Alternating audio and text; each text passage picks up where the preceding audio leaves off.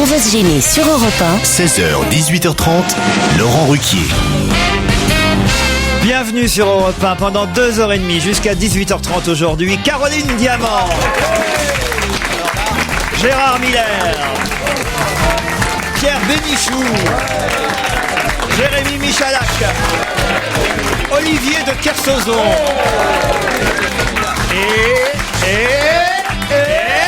et peut-être Titoff, qui est sur les quais aux dernières nouvelles. Alors sur les quais, dans ces cas-là, on sait jamais si c'est à Marseille ou à Paris. Ouais. Il téléphone, il dit je suis sur les quais. Bon, je pense que c'est à Paris. Il devrait être là dans une dizaine de minutes. Mais voyez, vous n'êtes pas assez sévère avec lui, monsieur de Kersauzon. Ça fait 2 ou 3 jours que je vous dis de prendre des mesures. Je sais que c'est moi le patron ici, mais c'est un peu vous aussi depuis une semaine. Vous avez pris le pouvoir. Je sens bien qu'il y a eu une mutinerie au sein de cette équipe. Non, vous vous trompez. Il faut pas me dire, il faut me supplier. Ah. Moyennant quoi, si vous me suppliez... Ça veut dire le carnet de chèques, ça veut dire... Entre autres, quelques flatteries accompagnées. À ce moment-là, il est possible que je lui fasse une remarque qui pourrait passer momentanément pour désagréable, mais que je rattraperai par une pirouette de lèche-cul. Ça vous va? Ça va très bien. On va attendre qu'il arrive. De toute façon, méfiez-vous, parce que je me suis un peu laissé faire ces derniers jours par vous. D'ailleurs, les auditeurs me le font remarquer. Mais j'ai mes 2 gardes du corps, là, aujourd'hui, Miller et Bénichou. Oui. Alors là, croyez-moi, je suis protégé. T'es intouchable. C'est impressionnant. D'un coup, quand je les ai regardés, je l'ai fait dans mon froc. Je sais pas si t'as fait dans ton froc, mais la torgnole que tu vas prendre, ça va faire de l'effet. Parce que j'en ai marre la façon que tu me parles. De toute façon, monsieur de Kersauzon, quand même, a des avantages, parce que hier, il faut le dire, il m'a soutenu dans cette cabale collective à propos du 09, puisque hier nous étions le 9 septembre 2009 et que c'était une journée un peu particulière, et j'ai fait remarquer à un moment donné que c'était pas partout dans le monde comme ça, qu'on n'était pas le 09 Ah oui, partout. bien sûr. Et non, pas vous, monsieur Bénichou. Ah non, pas vous. Moi, je me suis moqué de vous. Ah oui, voilà. Oui, vous et Christine Bravo. Oui. Alors là, si vous saviez le nombre de mails qui me soutiennent et qui soutiennent monsieur de Kersauzon, qui était de mon camp, je dois dire, ce jour-là. Enfin, sur ce plan-là. Vous avez peur que la phrase soit extraite de tous les espoirs me sont encore permis, monsieur de Kersauzon. Je vous embrasse. Tu peux te brosser, Martine. Je vous embrasse, vous êtes tous très sympas. Mais hier, en Thaïlande et dans tous les pays bouddhistes, nous étions le 9 septembre 2552. Ah, déjà? Pierre Bénichou. 2552. Je sais, oui. Et nous ne sommes pas une petite tribu, comme vous l'avez dit. Voilà. Par exemple, l'Éthiopie suit le calendrier julien et en Éthiopie, ils sont en 2001 en ce moment, car leur ère de référence n'est pas notre ère chrétienne. En Thaïlande, ils n'ont pas le même calendrier. En Israël, ils sont en 5768, Pierre Bénichou. Ouais, mais ça dépend, ils font 10%, quand même, ça fait 5200.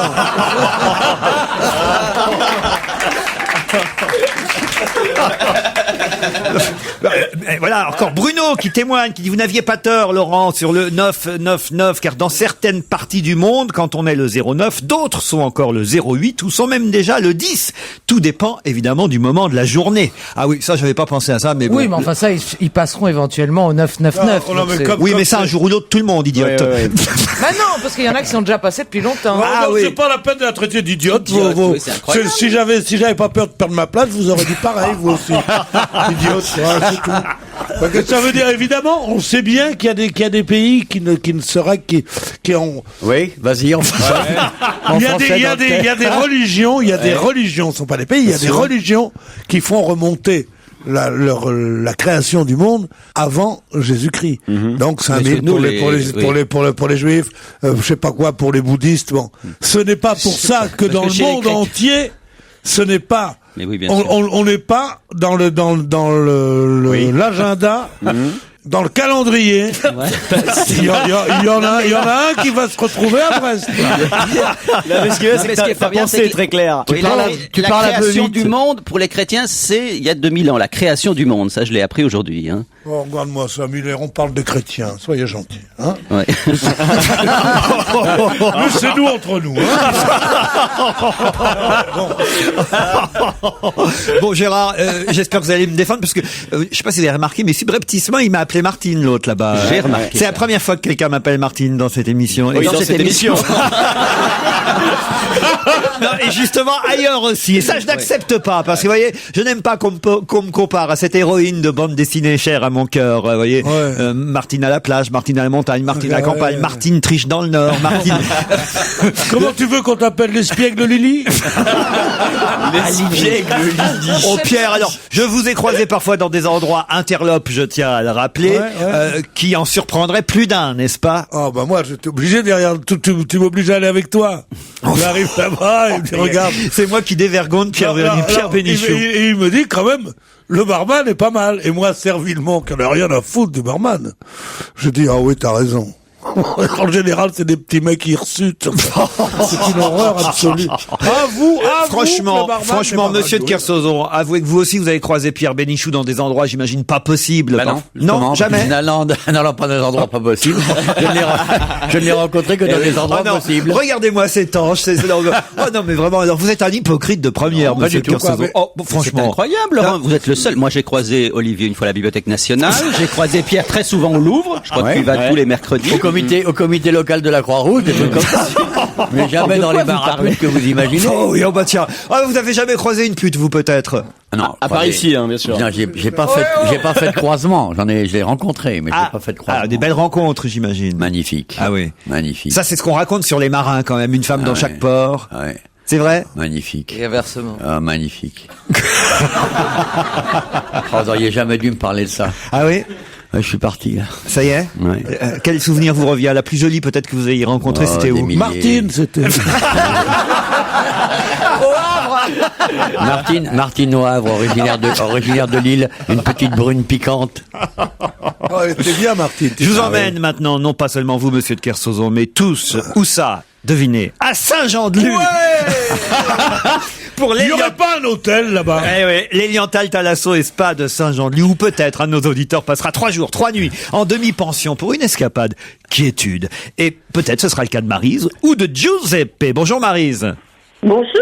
Maryse est au Pré-Saint-Gervais, c'est-à-dire en banlieue parisienne, c'est bien ça? Ouais. Bonjour à tous. Bonjour Laurent. Oh, vous avez une bonjour voix- Jérémy. bonjour, bonjour Martine. Pauline. Bonjour. Bonjour Olivier. Monsieur de Kersauzon. N'oublions pas. Monsieur de Kersauzon. Bonjour Monsieur Bénichou. Et puis je dis bonjour à Titoff qui doit être sur les quais de la Villette. Et vous avez oublié Gérard Miller, il est Non, mais très, laissez. il est très Oubliez colère.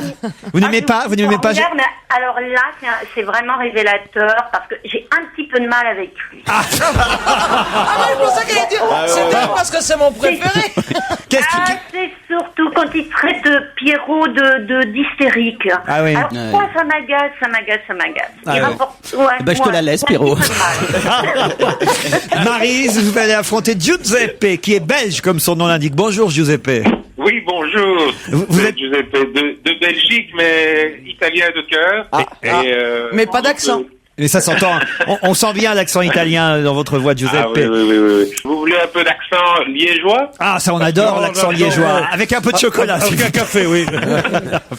Alors, qu'est-ce que vous faites à Liège, vous, Giuseppe? Ah ben, je travaille dans le milieu paramédical, donc je vends des médicaments aux pharmaciens. Parfait. Ah bah, en ce moment, ça marche pour vous en ce moment. alors. Ah oui, je ne fais que ça. Je vends du Tamiflu et des vaccins, donc si vous en voulez, je vais vous en envoyer quelques caisses. Ah oui. Ah bah non, on veut bien que... Envoyez la RTL plutôt à l'attention de Christophe Ondelat. Christophe Ondelat, oui. Maryse contre Giuseppe, vous allez jouer dans un instant. Vous savez quand, évidemment. Après la pub. On va se gêner sur Europe Laurent Ruquier. Jusqu'à 18h30 sur Europe 1, c'est Laurent Ruquier. 1. Europe 1, on va se gêner. Attention, challenge. Auditeur contre chroniqueur. Maryse, Giuseppe, ils vont tenter d'aller plus vite que vous. Vous avez une chance, ils ne sont que 5, Titoff n'étant toujours pas là. Et la question, c'est qu'est-ce que le président socialiste de la Commission des finances de l'Assemblée nationale préconise pour lutter contre l'évasion fiscale? Que préconise-t-il pour lutter contre l'évasion fiscale? Vous avez 5 secondes d'avance sur les chroniqueurs qui de toute façon sont totalement séchés. Que Johnny Hallyday devienne français. Non, monsieur. Ça, c'est le Belge qui parle parce qu'il tient à nous rappeler que Johnny est belge d'origine. Moi, de la Talasso, donc ils se taisent, les chroniqueurs. Est-ce que c'est une sanction? C'est moi qui dois gagner, Alors attention. Est-ce que c'est une sanction? Non. Qu'est-ce qu'ils préconisent? C'est quelque chose pour inciter à ramener l'argent. Ramener l'argent, en tout cas pour empêcher que l'argent s'en aille. Est-ce que c'est ironique? Est-ce que c'est une plaisanterie? Non, c'est quelque chose de très sérieux. C'est dans un rapport sur les paradis fiscaux qui est dévoilé aujourd'hui. Et le président Migaud, c'est monsieur Didier Migaud, le président de la commission des finances de l'Assemblée nationale, dit une mesure qu'il faudrait prendre pour éviter que l'argent s'en aille dans les paradis fiscaux. Que tous les coffres soient... Pardon? Faire sauter tous les secrets bancaires. Non. Que les coffres-forts sont remplacés par des boîtes à carton. Donc plus personne n'oserait mettre son argent là-bas. Non, pas du tout. Pas les boîtes à carton. C'est pour lutter contre le blanchiment d'argent en général, évidemment. Vous avez trouvé ça dans quoi, Laurent? Vous voulez que je vous donne mes sources aussi en plus. C'est quoi la réponse, Laurent? Que les billets de banque soient marqués d'une certaine façon? Non, mais on va commencer à se rapprocher. Alors qu'ils aient une couleur particulière. En liquide. Alors qu'il n'y ait plus de paiement en liquide, c'est pas tout à fait ça, mais on se rapproche. C'est-à-dire que toutes les opérations soient automatisées. Non. Que tous les virements soient bancaires, que tout soit fait par banque. qu'il n'y ait plus de versement en liquide à l'étranger. Quel billet? Qui est De plus 500 euros. Qu'il n'y ait plus de billets de 500 euros. Bonne réponse de Gérard Miller et Pierre Bénichou. Qu'il n'y ait plus de billets de 500 euros. Si on les retirait de la circulation, évidemment, ça défavoriserait les paiements en espèces. Puis c'est beaucoup plus... Un paiement en espèces de 200 euros, ça ne paie jamais que le double d'un billet de 500. Et non, mais c'est ridicule votre histoire. Non, parce que votre président. Une valise de billets de 500 euros est beaucoup moins lourde et volumineuse qu'une valise de billets de 200. On voit que vous y connaissez, Ah, mais tu vas... tu les auras pas, les bifetons, Maryse. qui veulent supprimer les billets de 500 pour créer des emplois, parce que ça donnerait des porteurs, vu qu'une valise de billets de 500, il faut 2 valises de 200, donc ça fait un nouvel emploi, mais que pour empêcher l'évasion fiscale, il est complètement tapé, ce mec. On pense qu'il est président. De quoi il est président? De la commission des finances de l'Assemblée nationale. Ouais, moi je le mettrais pas en colère, ce mec-là. Cela dit, ça avait... Moi j'en ai rien à foutre, moi. À quoi il ressemble le billet de 500 euros? J'en ai jamais vu. Il est violet. Ah, moi j'en ai jamais vu non plus, contrairement à ce que disait Maryse. Ah non, on me paye par virement, moi. Comment c'est un billet de 500? Et vous savez qu'au moment où on a fait l'euro, c'était une vraie discussion. Est-ce qu'il fallait avoir un billet aussi élevé? Et les Allemands, à ce moment-là, je crois, avaient des billets de 1000 marks. Ouais. Et donc, ils ont imposé à la communauté européenne qu'on ait des billets aussi élevés de montant que 500. Il faut faire des billets de 10 000 euros, c'est vachement bien. Comme ça, ils ont jamais de monnaie, les mecs. C'est vrai. Pierre, par exemple, le plus gros billet que vous ayez sur vous, parce que je sais que vous avez toujours du liquide, de la fraîche sur vous, comme vous dites. Allez, montrez-nous. 100 francs, peut-être. C'est que 100 euros, je veux dire. Il a pas vidé ses poches depuis 1996. Non, j'ai des billets de 100 euros, voilà. Ah, il y en a quand même. Ah là là. Des billets verts. Mais je l'ai gagné, moi. On me l'a pas donné, moi, hein. Si je veux aller à l'hôtel oriental, là, j'y vais en Oriental, pas rien. Qui va faire la gueule pour l'hôtel oriental, c'est Philippe Gildas, hein. Pourquoi? C'est le mari de Maryse. Ah non, mais Maryse. Il ira pas. C'est pas la même Maryse. C'est pas la même Maryse. Non, c'est pas la même Maryse du Pré-Saint-Gervais. Et Giuseppe et Maryse ont hélas perdu ce séjour. Cette escape. La formule magique, mon bébé, est-ce que tu me donneras un Non, maintenant il faut m'appeler Martine. Non, c'est perdu là, parce que là vraiment vous étiez très loin de la bonne réponse. Et Maryse et Giuseppe, mais vous tenterez à nouveau votre chance sur ruquier@europe1.fr. On vous embrasse tous les deux. Notre ami Titoff vient d'arriver. Vous voulez qu'on vous fasse, monsieur de Kersauzon, pouvez-vous faire un petit résumé de l'émission à Titoff, puisqu'il a loupé quand même maintenant déjà les quasiment 10 premières minutes de l'émission? T'as bien fait. T'as bien fait de traîner sur les quais, parce que je veux dire, ce qui a été dit juste depuis le départ, ça valait pas le coup de se déplacer. Hein. Vous m'aviez promis que si je vous suppliais... Non, je vous avais pas promis, je vous avais dit. Alors bon. Une promesse, c'est quand même autre chose. Ouais. Que si je vous suppliais, peut-être vous lui diriez quand même de faire attention, d'être là un peu plus souvent à l'heure, de d'éviter les titofferies, comme déjà les auditeurs appellent ça. Des titoffries? Oui, les titoffries. Être en retard, c'est faire une titoffrie maintenant. En tout cas, on peut pas me reprocher d'être régulier, quoi. Ça, c'est sûr. De pas être régulier. Ça, c'est sûr. Alors, vous avez loupé cette question, hein. Est-ce que vous avez des billets de 500 € sur vous, Titoff? Non, malheureusement, non. Et est-ce que tu as un copain qui s'appelle Martine? Non plus. Gérard, est-ce que vous avez des billets de 500 € vous, sur vous? Oh, vos clients vous payent 500 €. C'est combien la consultation dans le cabinet? Oh, entre 3 et 4 000 euros. Non, sérieux. C'est combien à peu près? Il n'y a pas des prix fixes, mais Non. disons, c'est Ça va de entre... combien à combien? Comment ça? Alors, on dit que ça va de 30 € à 60. C'est à la gueule du client. Menteur. Non, c'est en fonction, Bah oui, en fonction de ce que les gens gagnent. 30 € à 60. Oui. Jamais tu prends plus de 60 par séance. C'est très rare, mais les gens ont une idée, en tout cas pour la clientèle. Les Moi, je patients paye que 120, moi. Mais toi, tu te fais avoir, c'est pas pareil. Ouais, enfin, si je devais l'écouter, moi, je prendrais au moins 120 aussi. Olivier de Kersauzon, je vous imagine pas, vous êtes déjà allé chez le psy? Pardon? C'est vrai qu'on imagine mal, ouais. Vous allongez chez un psy, vous êtes déjà? Non. Non, mais je sais pas, vous confiez, parlez, vous qui êtes plutôt non, finalement, je vais pas continuer. J'aime bien. Solitaire. T'as vu comment il a fait demi-tour? Mais non, mais c'est ça que les gens ne voient pas, c'est qu'à un moment donné, il y a dans le regard d'Olivier de Kersauzon un mélange de mépris, d'indifférence. Non, voyez-moi, je n'y vois que de l'amour, vous voyez. Pas du tout. La Martine du Texit. Pas du tout. Il y a un grand désarroi dans son regard. Ah oui? Quand cette brute regarde le monde extérieur et civilisé, habitué qu'il est avec le haut des hurlements, là. Il hurle avec la mer. Et là, il se trouve avec des gens sympathiques. Et il ne sait plus ce qu'il est. Il est un peu comme un ours polaire, perdu dans un salon du 17e arrondissement. Et il est là, il nous regarde avec ses jolis petits yeux bleus, là. Hein. Oh, il est Mais tu jaloux. sais, le whisky n'a pas eu raison de tes paupières complètement. C'est-à-dire que tu peux encore montrer une ligne bleue. J'ai ma ligne d'horizon. Pardon, C'est drôle excuse-moi, mais je vais prendre la même chose que toi, Pierre. On doit rattraper l'émission. Allez, on se retrouve après la pub. Info, scoop, attention. C'est le challenge Vermus.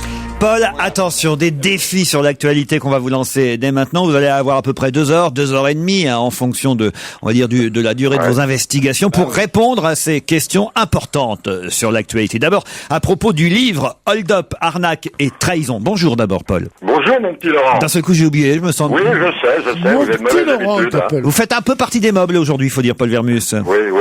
3 défis aujourd'hui, en tout cas. Le premier, c'est à propos de la sortie du livre Hold Up, Arnaque et Trahison de Antonin André, un journaliste d'Europe 1, et Karim Rissouli, un journaliste de Canal+. Alors, il nous raconte que dans le Nord, on a triché, que Martine Aubry n'est pas légitime, que vraiment, elle a bourré les urnes, Martine Aubry. Ségolène a dit qu'elle parlerait demain, elle va faire une conférence. C'est une contrepétrie ou pas? De quoi? Bourrer les urnes.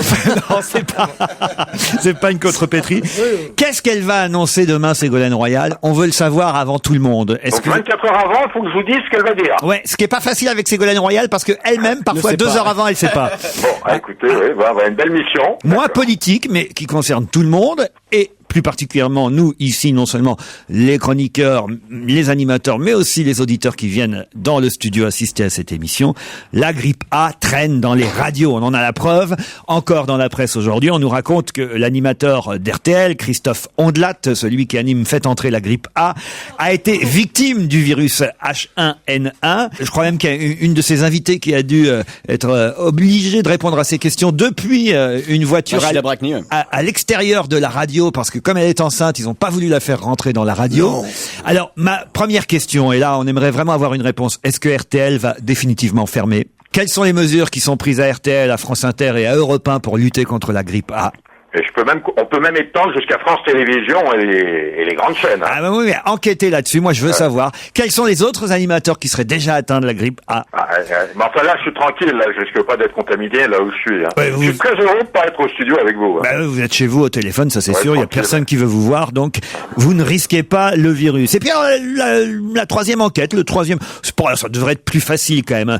On sait que la pièce de théâtre, La Cage aux Folles, va être reprise au théâtre théâtre Saint-Martin, je crois. Oui, c'est ça, le 12 septembre. Avec Christian Clavier et Didier Bourdon. Alors, sur l'affiche, bon, Didier Bourdon, on voit bien que il a un peu plus de poids qu'en avait peut-être Michel Serrault à l'époque du rôle, mais on se dit tiens, peut-être que la photo a été un peu retouchée, parce que dans le journal du dimanche ce week-end, alors là pour le coup, on a vu des photos de Clavier et Bourdon, où alors c'était hallucinant tellement Didier Bourdon avait pris de l'embonpoint. Alors est-ce que c'est pour le rôle qu'il a pris énormément de poids? Est-ce que c'est parce qu'il partage la même table que Titoff? Est-ce que le producteur Camus lui a demandé de perdre un peu de poids d'ici à la première représentation? En tout cas, les photos ont fait un peu peur, je dois dire, le week-end dernier. Vous avez remarqué? J'ai remarqué qu'il était obèse, quoi. Faut utiliser les mots tels qu'ils sont. Ah non, on dira de l'embonpoint. Beaucoup d'embonpoint. Hein. Oui, alors beaucoup d'embonpoint. Oui, obèse, vous avez raison. Alors, on veut en savoir plus. Est-ce qu'on lui a demandé de se mettre au régime? Qu'est-ce qui se passe dans les coulisses de cette pièce de théâtre? Ça, c'est là une question intéressante. Ah, franchement. Oui. Est-ce que Didier Bourdon a de l'embonpoint ou est-ce qu'il est obèse? D'abord, Didier Bourdon, je sais pas qui c'est. Oh non, alors forcément. Oh, mais il était dans les inconnus. Je sais pas, j'arrive pas à savoir entre l'Africain et entre le machin des autres. Je sais pas lequel c'est Didier Bourdon. Mais ils étaient trois d'ailleurs, assez marrants. Mais Didier Bourdon qui reprend le rôle de Jean Poiret. Non, Michel Serrault. Je veux dire, deux énormes vedettes. Ah oui, et ils ont mis qui à la place? Enfin, je veux dire, une vedette énorme. Cette histoire. En plus, au théâtre de la Porte Saint-Martin, mon théâtre. Pourquoi c'est votre théâtre, la Porte Saint-Martin? Le théâtre de la Renaissance. Laurent, ça vous ennuie pas que je vous quitte parce que j'ai du boulot. Il se souvient même pas où il a joué, Bénichou. Il a joué une fois dans sa vie au théâtre, c'était à la Renaissance, et d'un seul coup, il croit que c'est à la Porte Saint-Martin. C'est à côté, c'est pareil. J'avais investi tous les théâtres. Non, mais en plus de ça, alors vraiment savoir pourquoi est-ce qu'il a pris du poids. C'est vraiment, on dirait un épisode de cette pièce honteusement homophobe. Ah oui. Vous allez voir que ça va être reçu horriblement mal maintenant, parce qu'on pouvait faire il y a 30 ans, ou il y a 30 ans à peu près, quand la pièce a été créée, les plaisanteries encore, bouh, mon Dieu, ma chère, comment tu beurres ta tartine? Oh, qu'est-ce qu'il est méchant! Et les gens, waouh, tandis que maintenant, pas du tout! Les temps ont changé. Les temps ont changé. Et les tantes aussi. Mais c'est plus comme ça qu'on fait. Enfin, je veux dire, moi, je trouvais que c'était une pièce d'une vulgarité totale. Déjà à l'époque. Qu'on la refasse aujourd'hui, ça prouve le peu de vision des directeurs de théâtre, le peu d'ambition des acteurs, enfin tout ça. À part ça, je vais te dire, tout est complet jusqu'en décembre. Ça va être un des cartons évidents de la rentrée. Tu as peut-être raison sur le fond, mais en tout cas, comme succès, les producteurs se sont pas trompés. Tu es là à défendre en général les homosexuels et tout ça, pourvu que tu puisses me contrer, tu arrives comme une petite vipère. Alors, non seulement tu te moques. Écoute, non seulement j'ai l'impression d'assister aux répétitions, en tout cas. Je crois qu'on tient le prochain casting. On sait qui jouera la tournée. Hein. Laurent. Oui, Paul. Je peux y aller, là? Ah oui, vous pouvez y aller, ça, on s'en fout. Alors allons-y. On se retrouve d'ici 2h, 2h30 pour la réponse à toutes ces questions, Paul Vermus. On va se gêner sur Europe 1. Laurent Ruquier. Et c'est la suite, on va gêner sur Europe 1 avec aujourd'hui Pierre Bénichou, Caroline Diamant, Jérémy Michalak, Gérard Miller, Titoff, Olivier de Kersauzon et Laurent Ruquier, bien entendu. Europe 1, on va se gêner. La question, citation. Qui a dit quoi? Quoi? Qui a dit « Je ne lirai pas ce livre, j'attends le film » Martine Aubry. Martine Aubry, bonne réponse d'Olivier de Kersauzon. Et évidemment, elle parle du livre des deux journalistes qui dénoncent ce qui s'est passé à Reims lors du moment de l'élection du poste de premier secrétaire ou première secrétaire, puisque c'est Martine Aubry qui a gagné contre Ségolène Royal. C'était deux femmes en finale. Et c'est vrai qu'Antonin André et Karim Rissouli dévoilent un mécanisme de fraude assez éloquent, assez terrible. Mais enfin, il paraît qu'en même temps, dans le camp royal, il y avait aussi de la triche et de la magouille, mais pas autant. Pas autant, apparemment. Il y a eu un exemple qui a été donné. Non, j'en sais rien. Il y a eu un exemple donné. Il semble qu'il y a eu beaucoup plus de bourrage d'urne du côté Aubry. Enfin, pas autant, ça veut dire une éthique pourrie des deux côtés. Après, c'est surtout que ça se serait passé à Lille, en partie. Donc, on se dit que c'est forcément en faveur de Martine Aubry. C'est le Nord, oui, qui est la plus grosse fédération, évidemment. À Lille et au Congo, ça s'est passé. Non, en Guadeloupe, non, mais évidemment, c'est mieux comme à l'UMP où il y a un seul candidat et donc il n'y a pas de problème, évidemment, de concurrence entre les différents protagonistes. Non, c'est vrai. Vous voyez comme il est malin. Hein. Mais il n'y a pas de doute. Incontestablement, le Parti Socialiste est victime je suis désolé, de la démocratie invraisemblable qui règne depuis des années. Et la démocratie amène aussi une partie de bordel, c'est comme ça. Là, Pour ça, je ne soutiens pas une seconde. Bordel. Elle n'a rien amené d'autre que du bordel. Oui, c'est vrai. Maintenant, c'est devenu... Donc, la démocratie, c'est pas une bonne idée. Donc finalement, vive la dictature. Sort of, oui. Une sorte de dictature. Oui. Un peu comme vous vis-à-vis de nous. Là. Non, moi, je suis très, très inhibé quand je vois la puissance que vous avez, le regard méchant aussi, puis ce côté directif. Mais vous avez accepté de faire le salut que tous les matins on fait au drapeau dans le studio. Ça, j'étais surpris. Je pensais que vous rebelleriez, y compris... Moi, j'ai vu le film sur la Deuxième Guerre mondiale. Apocalypse. On voyait Apocalypse. On voyait Mussolini, un bébé à côté de un bébé, un débutant. Non, écoutez, franchement, ne me prenez pas pour un tyran, quand même. Non, mais vous n'êtes pas tyran de fait, mais votre intelligence est tellement brillante que comment vous dominez tous ceux qui vous entourent. Eh ben, t'as raison, je suis un dominateur, Jacqueline. Jacqueline et Martine. Non, mais alors, la triche, quand même, pour revenir au cœur du sujet. Oui, c'est lamentable. On la connaissait déjà. On la soupçonnait. C'est pas un scoop, quand même. Même si ce bouquin révèle beaucoup d'autres choses que l'histoire de la triche au moment du congrès de Reims, parce qu'on parle aussi de Julien Drey, on parle de tout ce qui se passe au PS. Hein. Évidemment, l'attention, pour l'instant, est focalisée sur l'aspect triche du congrès de Reims. Mais enfin, ça, on le savait déjà, quand même. On le savait, mais ce qui est surtout frappant, c'est qu'on disait le PS reprend des forces, Martine Aubry reprend la main, et crac, sort ce bouquin qui, évidemment, va complètement dévier le débat. Le problème est d'autant plus intéressant que d'habitude on sait bien que tout le monde triche un peu, que c'est bon, mais que une seconde, mais que là ça c'est comment ça s'est joué à tellement peu de voix, à 100 de voix, à 100 de voix. Tu comprends? Sans devoir. Tu connais Sans devoir? Marcel Sans devoir. Par exemple. C'est absolument charmant. C'est n'importe quoi. Non, mais c'est vrai. Sans devoir, ça a l'air d'un nom. Comment monsieur Sans devoir? Comment allez-vous? Mais vos fils font Polytechnique maintenant, Sans devoir? C'est drôle que lorsqu'il y a Olivier de Kersauzon, tu es moins drôle qu'avant. Sinon, je ne sais pas pourquoi. Est-ce qu'il souffre de la comparaison? Ça, ils veulent se refaire copains. Regarde-moi ça. L'association des nains contre nous. Regarde-moi ça. Mais ça y est, mais t'étais pas là parce que Gérard, le premier jour, quand il a vu de Kersauzon, il voulait absolument se faire copain avec lui, comme dans la cour d'école, avec le petit cartable, tu sais. Il aurait eu des cartes Pokémon, il aurait essayé de les échanger avec lui. Je les ai échangées. Vous n'étiez pas là, Pierre, mais ce jour-là... J'ai entendu, tu penses? Ah ouais. Miller, c'était une carpette face à Kersauzon. Non, pas du tout. Il me prend pour sa mère et je considère que c'est un compliment.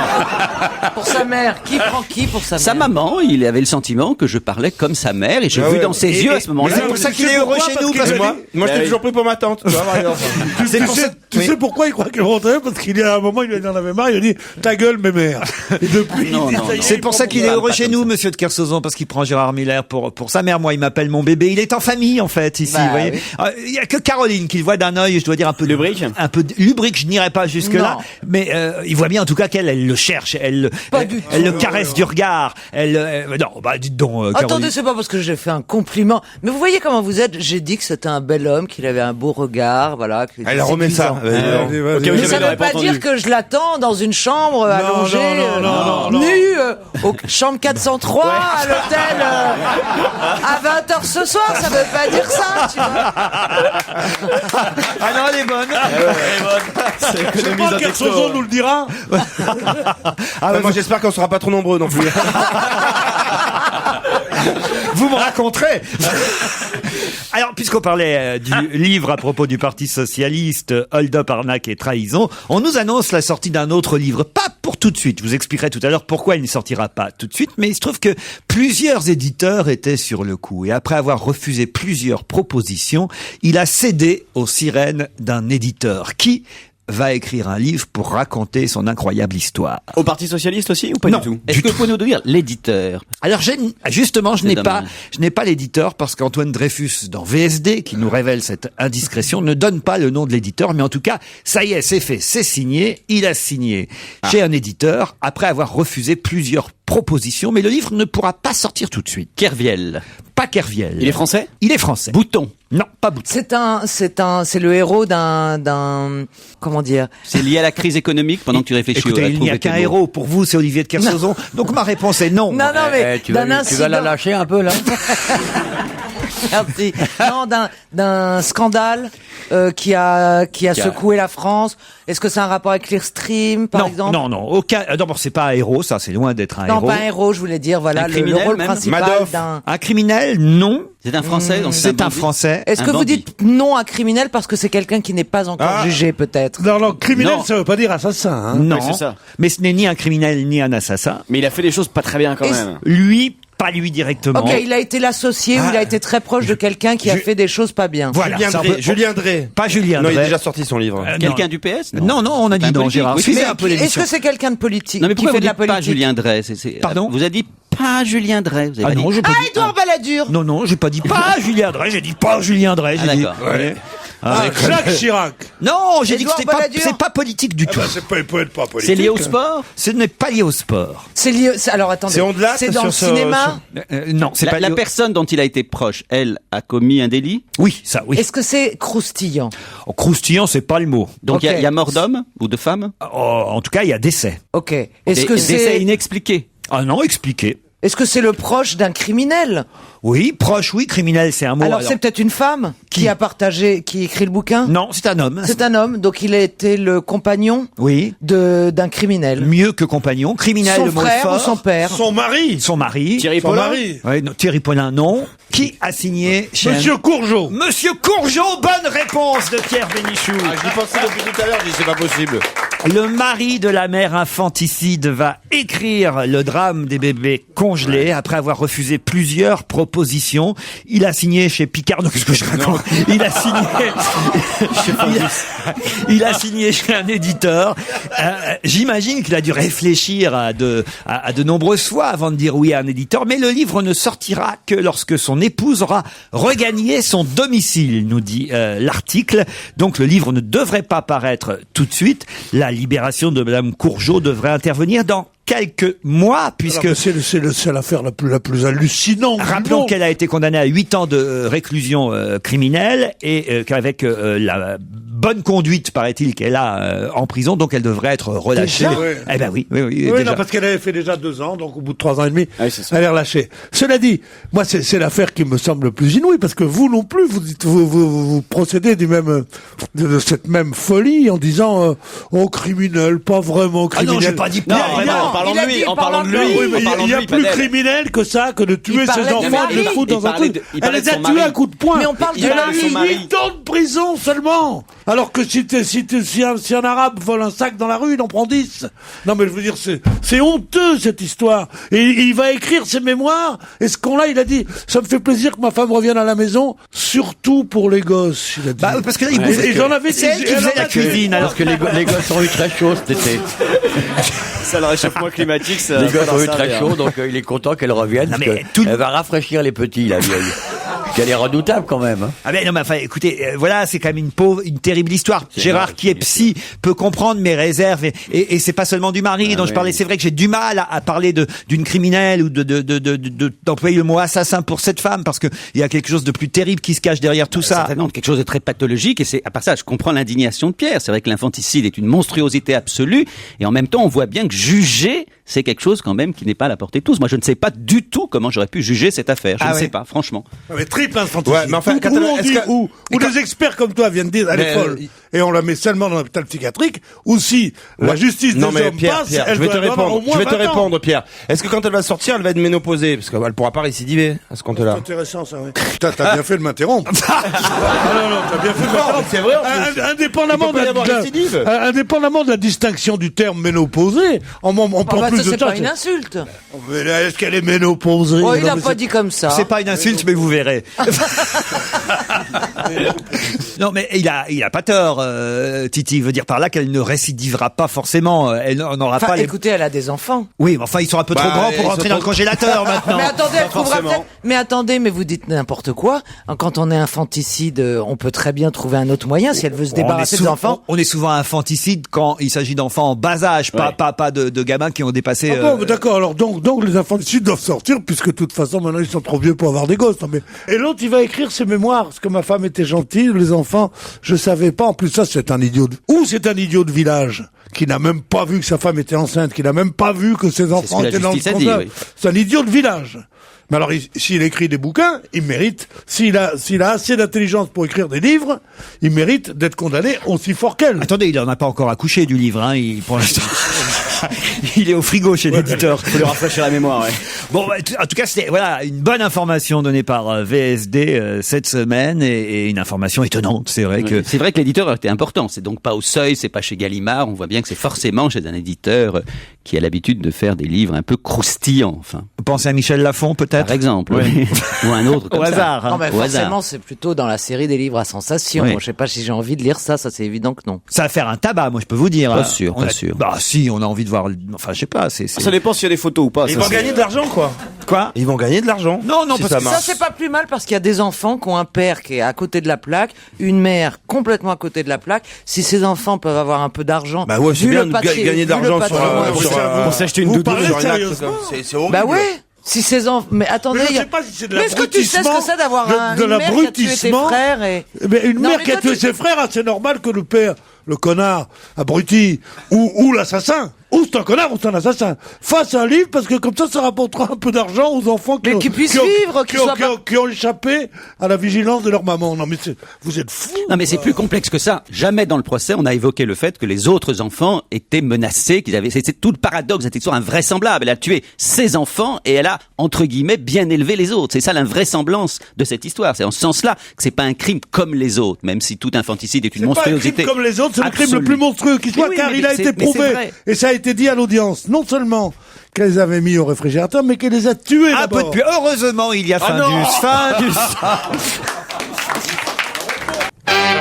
On est bien sur Europe 1 en compagnie de Laurent Ruquier, de ses complices. En plus, on joue jusqu'à 18h30 avec l'actualité.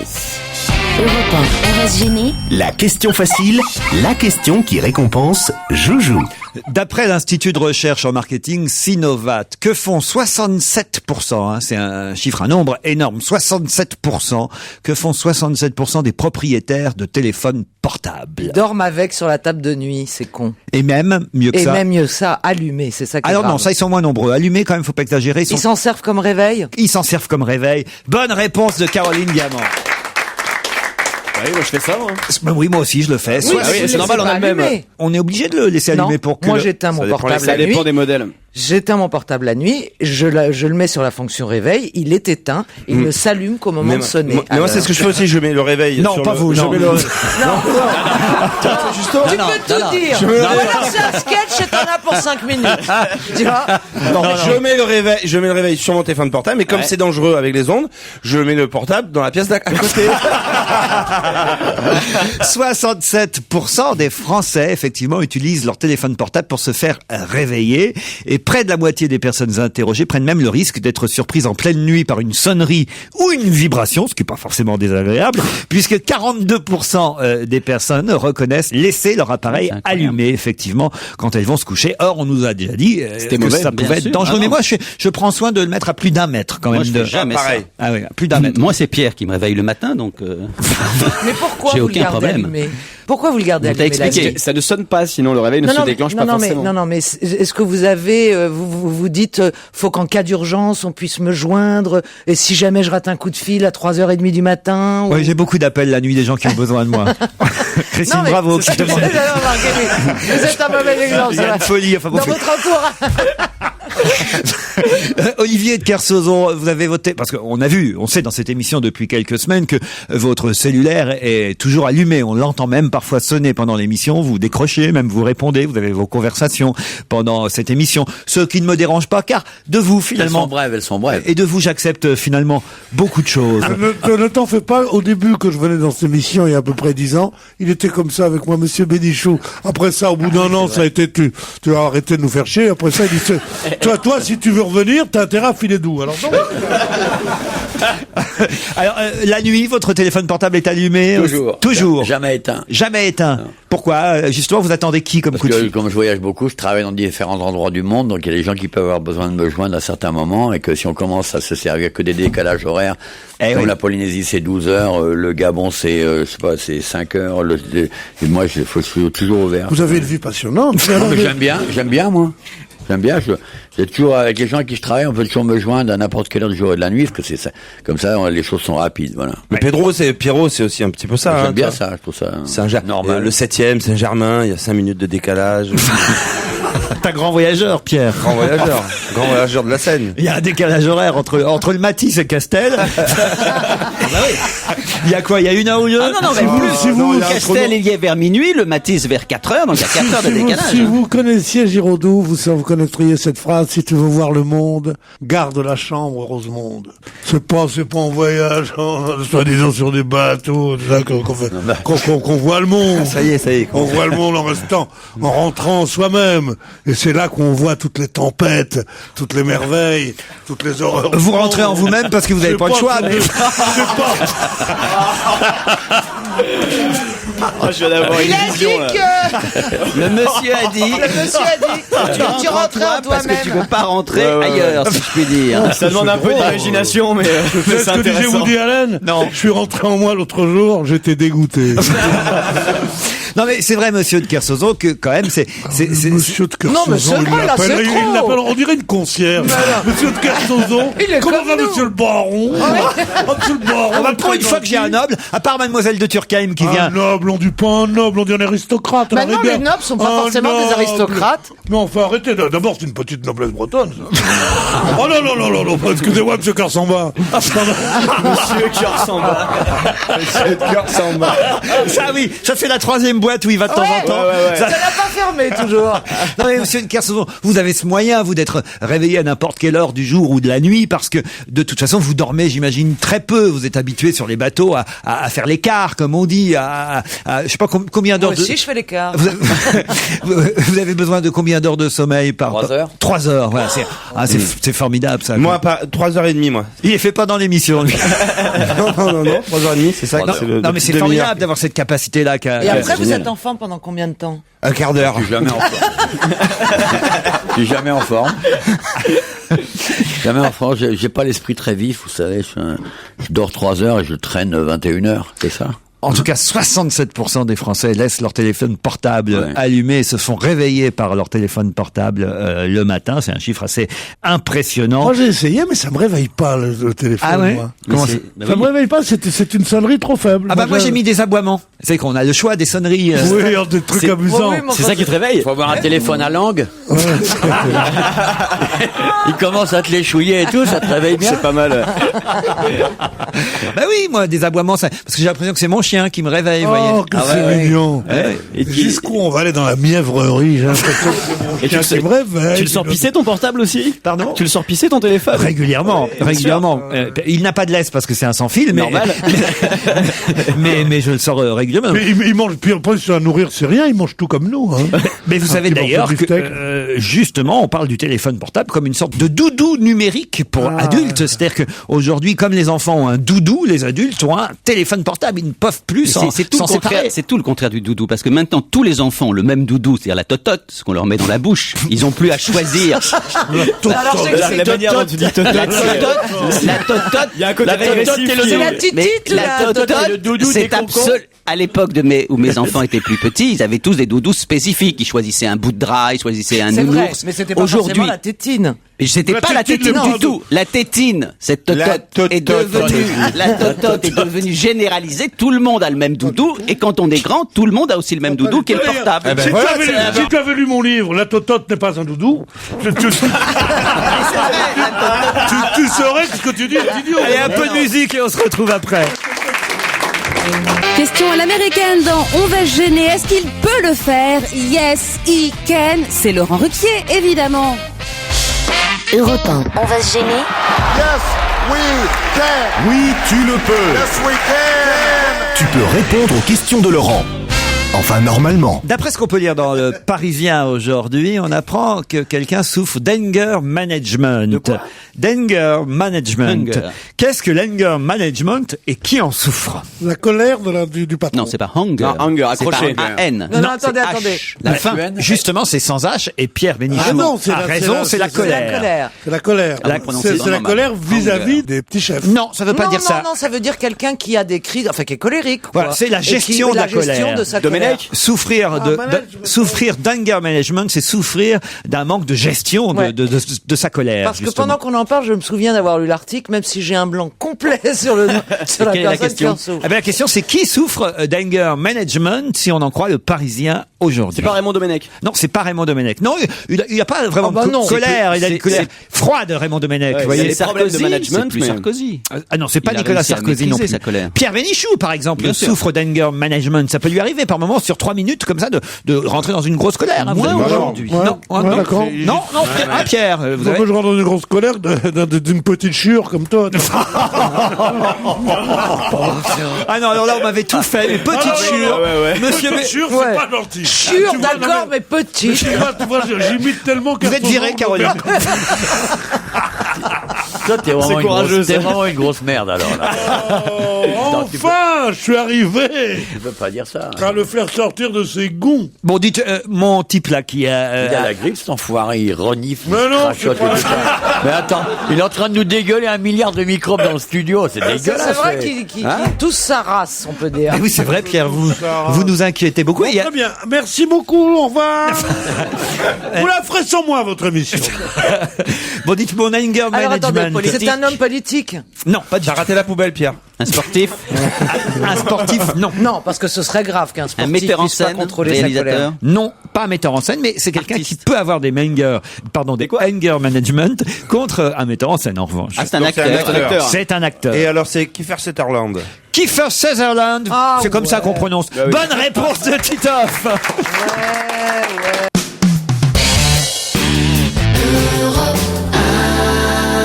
Laurent Ruquier sur Europe 1. On va se gêner. C'est la deuxième heure d'On va se gêner, toujours avec Titoff, Gérard Miller, Pierre Bénichou, Jérémy Michalak, Caroline Diamant, Olivier de Kersauzon et 2 auditeurs déjà en ligne pour le deuxième challenge du jour, Nathalie et Philippe. Bonjour Nathalie. Bonsoir Laurent. Vous êtes à Lille, la ville de la triche. Ouais, après Perpignan, Lille. On peut le voir comme ça, Ah, ça doit jaser dans la ville en ce moment. C'est super. Non, pas plus Lille, que ça. ils ont remplacé sur la caricature, tout ça, ils ont remplacé Marseille. Oui. Avec les ch'tis et maintenant même la triche. Quoi. C'est fabuleux. Qu'est-ce que vous faites dans la vie, Nathalie? Écoutez, pour le moment, j'écris, je vogue, voilà. Vous écrivez et vous voguez. Voilà, après avoir passé quelques années à la télé, je me repose de ce milieu bien fatigant. Qu'est-ce que vous faisiez à la télé, Nathalie? Eh bien, écoutez, j'étais dans les programmes, France Télévisions, figurez-vous. Mais à quelle époque? Mais on vous connaît peut-être alors? Non, du tout. Ah bon? Les gens derrière la caméra sont assez peu connus, ils sont dans leur bureau à travailler. Mais vous nous connaissez en revanche. Ah oui. Oh merde. Nathalie. Nous passons à Philippe qui habite Paris. Oui, bonjour Laurent. Bonjour Philippe. Oui, Philippe qui a fait beaucoup de radio avant. Qu'est-ce que vous faites dans la vie, Philippe? Moi, je suis juriste. Juriste à Paris. Exactement. Parfait. Nathalie, Philippe, vous pouvez peut-être gagner une escapade quiétude pour 2 personnes. 3 jours et 3 nuits en demi-pension à l'Eliantal Thalasso et Spa de Saint-Jean-de-Luz. Vous vous rendez compte un peu la chance? Waouh. Mais pour ça, il aurait fallu lire les journaux et j'ai pas eu le temps avec la rentrée des classes. Si vous connaissez un peu l'anglais, non, c'est vrai qu'il faut aussi avoir lu les journaux, parce que tout à l'heure on parlait de l'anger management dont souffrait Kiefer Sutherland. Alors là, évidemment, Pierre Bénichou, d'un seul coup pendant l'info, a passé 3 ou 4 minutes à se dire mais qui c'est Kiefer Sutherland, évidemment, parce que vous savez qui c'est Kiefer Sutherland? Bien sûr, c'est le fils de Sutherland qui jouait dans le film de Fellini, le grand acteur Sutherland, Donald Sutherland. Et lui, il joue quoi, Kiefer Sutherland? Il joue des trucs. Il joue au billard. Tu sais quoi, Laurent, ça serait une bonne question en 24 secondes, ça. Chrono. C'est le héros de 24 heures chrono. Pierre Bénichou. Oui, bien sûr, oui. Avec Derrick. Mais non, cette série américaine, géniale. Ah oui, 24 heures chrono. Voilà. Vous l'avez jamais vu, ça? Bien sûr, j'ai que ça à foutre, moi, de regarder tes conneries, là, non. Vous avez une série préférée, vous, monsieur de Kersauzon? Non, je regarde pas. Jamais, non. Même pas, je sais pas, l'homme de Picardie, ou parce que... Non, mais comme il y a une péniche, je me dis... C'est ça. Je regarde pas de porno.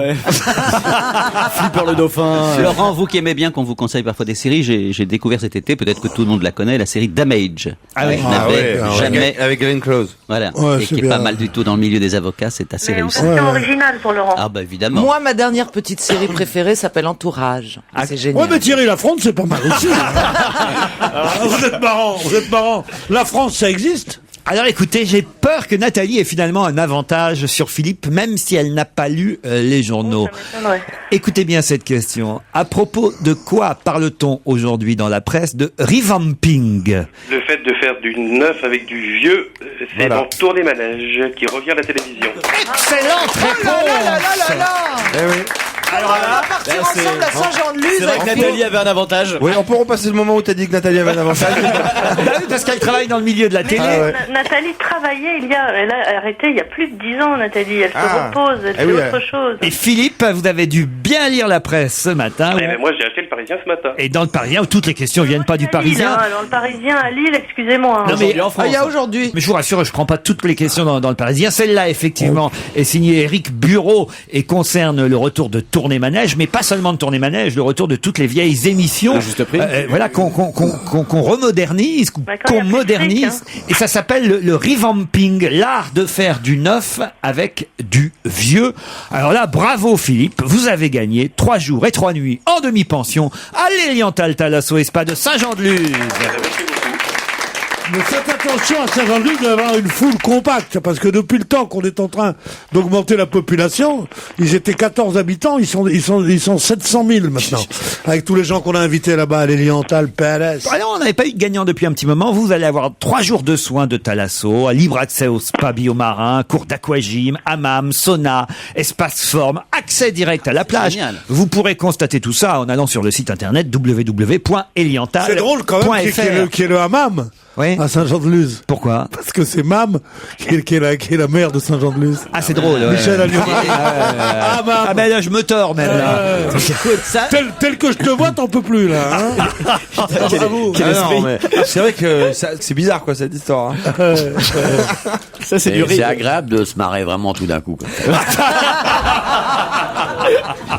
Je savais que le dernier coup me viendrait de cette brute.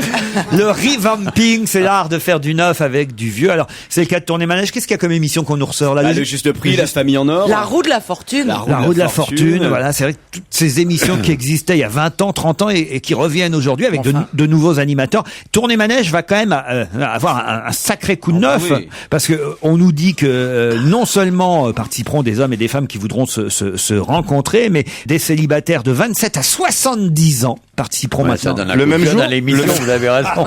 Mais ça va être une bonne idée, ça. Ça va être une bonne idée. Et il y aura des émissions pour les filles entre elles, c'est-à-dire les homosexuels eux, ou les garçons entre eux. Ah oui, c'est moderne maintenant TF1. Hein. Et voilà donc le revamping de Tourner Manège. Mais pardon Laurent, mais ils vont organiser tout ça ou alors ils vont le faire un peu au hasard? C'est-à-dire ils vont mélanger un peu l'âge, les sexualités, tout ça. Ça serait génial. C'est-à-dire que si tu tombes toi sur une Gwyn de 67 ans, oui, ça peut faire un peu désordre, c'est sûr. Dites, je suis un peu dégoûté parce que pendant que je suis en train de parler de Tourner Manège là autour de la table, ils sont en train de se refiler le fameux sérum là pour se laver les mains. Donnez-moi aussi et partagez un peu. Non, c'est trop tard, toi. Nous, on s'en met parce qu'on s'est embrassés, mais vous... Non, mais c'est dégueulasse. Mais pourquoi d'un seul coup vous en mettez pas Parce qu'il a tellement toussé, Bénichou, qu'on a la trouille. Mais non, il a tellement toussé, Bénichou. Tu veux que ma mère s'inquiète ou quoi? Allez, on se retrouve dans un instant avec d'autres questions. On va se gêner sur Europe 1. Laurent Ruquier. Europe 1, on va se gêner. La question, citation. Qui a dit quoi?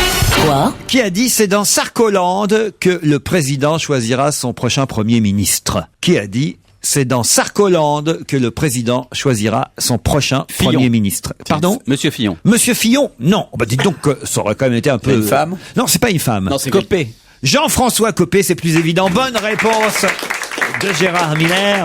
Parce qu'effectivement, un journaliste a posé la question à Jean-François Copé lors des universités d'été UMP, campus UMP à Seignos dans les Landes. Et à cette question, s'il accepterait d'être Premier ministre de Nicolas Sarkozy, Monsieur Copé a répondu « Franchement, ça m'étonnerait. C'est dans Sarkoland que le président choisira son Premier ministre. » C'est marrant parce que ça veut dire que ce sera pas moi et ça veut dire que ce sera pas Strauss-Kahn. Pensez que Strauss-Kahn aurait pu être Premier ministre de Nicolas Sarkozy? On l'a beaucoup dit. Oh, mais c'est n'importe quoi, enfin voyons. C'est pas du tout n'importe quoi. Mais enfin si Monsieur Strauss-Kahn... C'est un rêve si Strauss-Kahn, justement, accepte d'être Premier ministre, il n'est plus rien au Parti Socialiste, il rompt avec le Parti Socialiste, et ça serait le débauchage le plus extraordinaire qu'il ait fait après ceux de Kouchner et de d'autres. Sauf qu'il n'a plus aucune chance d'être ensuite candidat à la présidence de la République s'il accepte. Pas les savoir.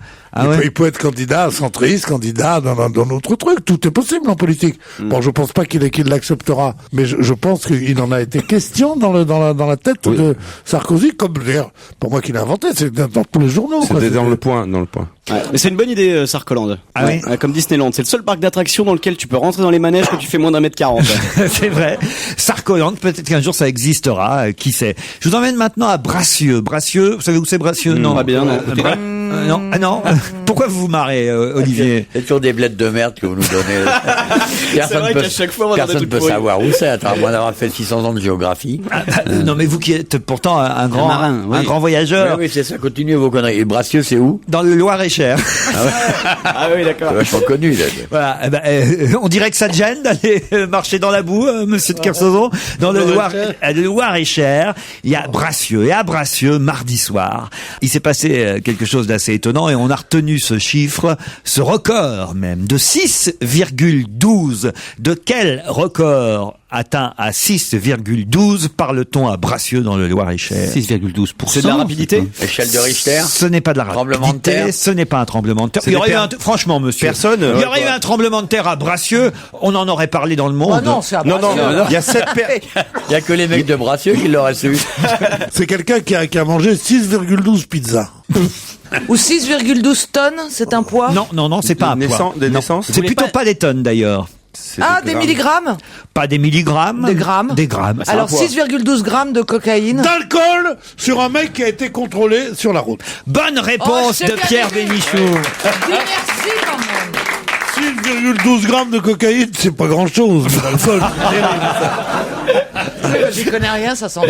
6,12 grammes d'alcool par litre de sang, c'est un record. Oh putain, ça s'arrose. Putain, et c'est français? C'est français, c'est à Bracieux. C'est à Bracieux, en plus, dans le Loir-et-Cher. L'homme venait de percuter une voiture en stationnement. C'est normal. Mais elle roulait un peu vite. Son permis lui a été retiré. Tu m'étonnes. Il chipote. C'est dingue. Ils sont durs, la police. C'est dégueulasse. Il était même pas à 7 grammes, quoi. Il sera prochainement convoqué devant la justice. Pour ça? Non, ça c'est vraiment... Là. Vraiment, c'est pas ce qu'il rentre. Il est rentré dans 2 voitures. Les flics n'en revenaient pas que leur propre record Ils avaient soit été battu. Ils étaient à 5,9. Attendez, est-ce que par exemple, moi je me rends pas compte du tout. Non, c'est énorme. Non, ça correspond. Dites-moi en bouteille de vin, par exemple, Gérard, pour une seule personne. Gérard, à peu près. Non, mais que j'ai une idée. C'est quoi? C'est un mec qui s'est fait 10 bouteilles de vin. Par exemple, mais ça dépend effectivement du poids, ça dépend de ce qu'il a bu. De l'habitude aussi. À Bracieux, tu dois quand même bien te faire chier. Le dire. Il doit y avoir pire que lui à Bracieux. Si on cherche, c'est peut-être un nid, c'est peut-être une ville de record. Peut-être qu'il y a quelqu'un de planqué qui a un 8-9. Je pense que si on faisait une fouille méthodique du village, on aurait des belles surprises. D'ailleurs, le bistrot qui marche le mieux, c'est le club des 5-5. Bah oui. Vous, je suis sûr que vous devez tenir avec quand même pas mal dans le sang. Hein, je bois pas d'alcool. C'est vrai? Ça fait 20 ans que je bois plus d'alcool. Ah ouais, mais bon, il y a 20 Avec ans. tout ce que j'ai bu, ça fait encore un bon mélange. Tu bois plus du tout. Non, j'aime même pas de vin, ni rien. Plus ça, le vin le samedi. Le vin le samedi. Tiens, pourquoi le samedi? Parce que j'ai décidé que c'était le samedi. Ah ouais. Pourquoi pas? Donc si je veux vous inviter pour un bon dîner au restaurant, avec un jeudi ou un vendredi, ça coûte moins cher. S'il veut se faire appeler Martine, faut l'appeler un samedi. Ah mais j'ai pas envie de me faire appeler Martine. Hein. Même par Olivier. Tu me regardes bien, Robert, et tu recommences plus jamais ça. Samedi. Samedi. Alors on vous invite à dîner un samedi. Alors parce que quand même autant profiter d'un bon vin ensemble. J'aimerais bien voir comment vous êtes au restaurant, monsieur de Kersauzon, si vous mangez proprement. J'ai les 2 mains posées sur la table. On dirait que je suis le à peu mec près vient de- normal. Oui. Quoique ça dépend du bistrot. Si le service c'est pas bien. C'est ce qu'on ça se passe appelle mal. l'amour, ça. Il est fasciné. Il dit, mais comment tu manges, tu mets des petits morceaux dans ta bouche, et après tu mâches, et t'avales. Oh là là, Mais non, mon Dieu. mais non, mais c'est ça, Mais non, Olivier de c'est ça Kersauzon, l'amour. Pierre, Commence, ne là. soyez pas jalouse. Pierre. Oui, jamais tu m'as dit. Tout simplement, Olivier de Kersauzon reste un mystère pour moi. Je vous connais par cœur. Laurent, il aimerait bien voir comment ça fait quand tu es pas au restaurant, en fait. Voilà, mais je connais tous vos défauts, tous vos travers. Je pourrais raconter des pages entières sur vous que Monsieur de Kersauzon reste encore une sorte de d'énigme, c'est ce que j'ai dit tout au début, la première d'énigme fois. pour moi. Donc je voudrais savoir comment il est en vrai, comment il mange vraiment, est-ce qu'il boit, sa petite intimité, son petite intimité. Oui, il voudrait savoir s'il est plutôt slip ou caleçon. Ah non, ça, je m'en fous. J'ai pas écrit Caroline Diamant là. Moi, moi c'est pas mon genre. Oh mais enfin. Non, moi ce qui m'intéresse c'est Clic-clic ou vava, enfin tout ça. Mais non, ce qui m'intéresse, c'est j'allais dire l'homme, mais justement pas l'homme, l'être humain. Vous comprenez ce que je veux dire l'être humain. On sent l'anthropologue là-dedans. Un navigateur, un aventurier, j'en ai pas connu beaucoup. Vous voyez, là, vous part Stevie, non vous voulez dire, c'est pas avec Joujou, là, la fausse couche de Miller, le psy du 11e, Titi. Je suis pas là, je suis en retard. Titi, Plus son amour monte, Titi, la tardée de Marseille. Fais gaffe à ce que tu vas dire. Et Bénichou, la vedette de chez Castel. Bon, je les connais par cœur. Il était vedette chez Castel plus que moi encore. Oui, mais Kersauzon, moi je me souviens à l'époque, ça ne nous rajeunit pas de penser que c'est il y a plus de 20 ans, puisqu'il y a plus de 20 ans qu'il a arrêté de boire, où nous n'avions arrêté ni l'un ni l'autre chez Castel. Mais enfin voilà, là, je tiens devant moi quelqu'un qui a encore une part de mystère. Vous voyez, moi, je suis jamais monté sur un bateau pour traverser la Manche, l'Atlantique, aller faire le tour du monde, affronter les embruns, écouter les. Tu veux qu'il t'embarque avec lui? Affronter les embruns. Écouter les cigognes. Non, les. Putain, demain. Non, mais tu sais quoi, Laurent? Demain, j'appelle quelqu'un à Marseille, je te fais envoyer des mouettes. Non, oui, il y a une part de C'est vrai. Non, mais une c'est part un d'aventure. aventurier par rapport à Soyez pas jaloux, Pierre. C'est vrai. comprenez. Je suis pas jaloux, mais j'en ai marre quand même.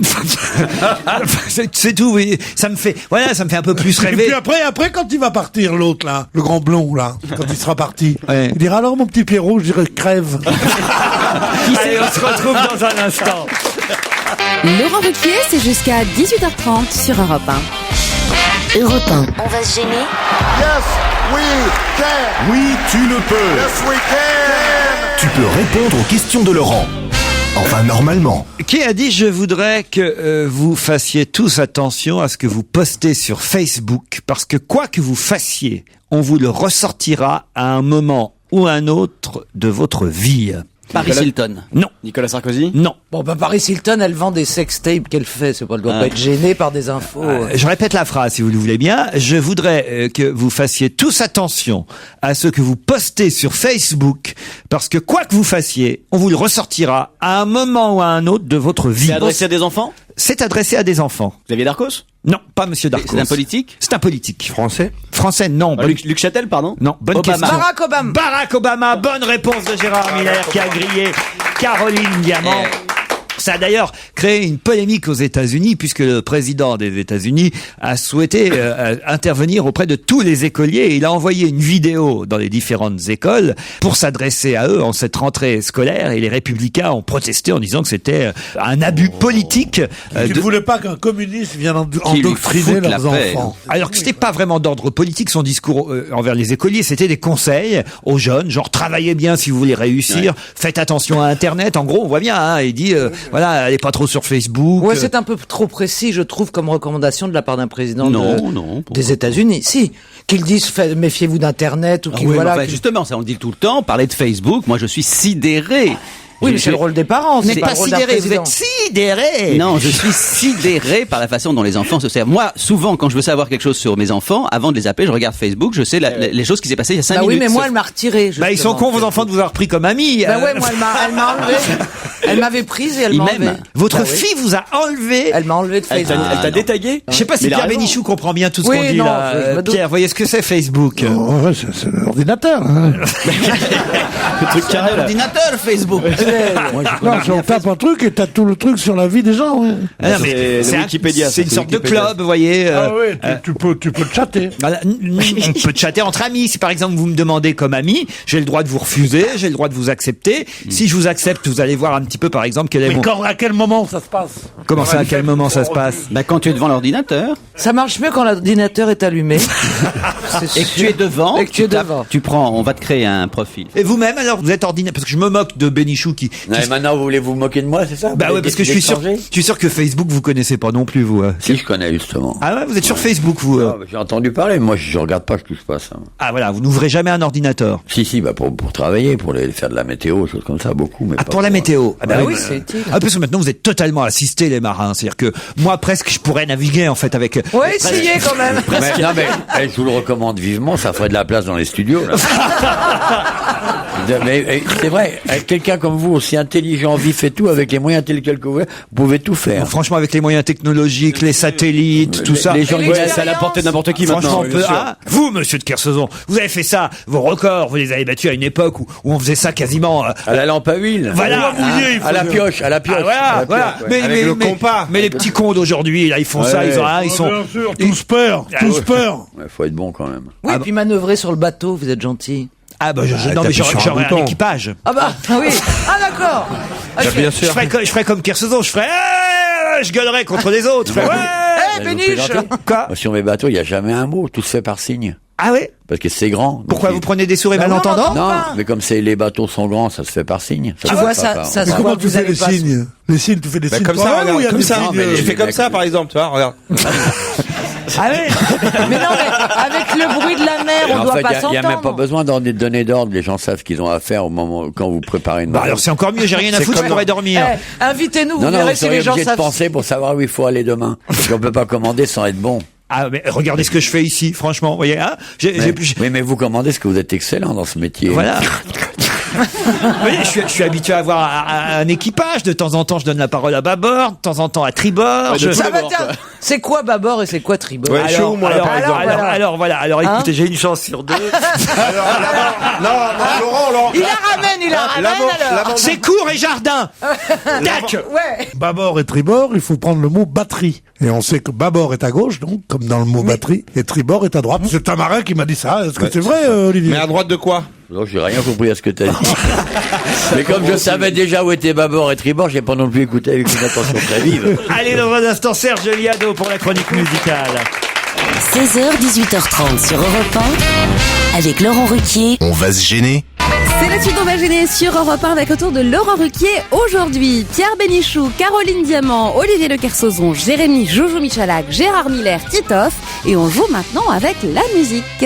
Europe 1, on va se gêner. Do, ré, mi, fa, si. Do, ré, mi, fa, si. Liado. Ah, Serge Liado, vous nous apportez aujourd'hui ce qu'on préfère, je crois, dans la semaine. Ce sont les hallucinations auditives. C'est-à-dire des chansons, des extraits de chansons internationales en langue étrangère, mais dont on pense parfois qu'elles pourraient être françaises. En tout cas, on entend des morceaux de phrases en français, alors qu'évidemment, ça n'est pas du tout le cas. Voilà, évidemment, il y avait un exemple célèbre, vous savez, c'était Sail Away, et tous les Français entendaient toujours c'est Noël, c'est Noël, c'est Noël. Voilà, ça, c'est la plus Exactement. simple à expliquer. et évidemment, vous racontez une petite histoire avec tout ça. Toujours une petite histoire, là c'est une enquête, dans le genre chacun cherche son chat, et puis vous savez que je m'impose un défi, c'est que je dois toujours terminer par All by myself. Évidemment, et on aura l'occasion d'entendre donc quelques extraits des Red Hot Chili Peppers, de Britney Spears, des Gypsy Kings, de Imouvrouni, de Toto Cutugno, entre autres. L'inspecteur Dieudonné soupçonnait un gang de kidnapper des animaux de compagnie. On venait d'ailleurs de signaler une nouvelle disparition de chatte à Saint-Mandé.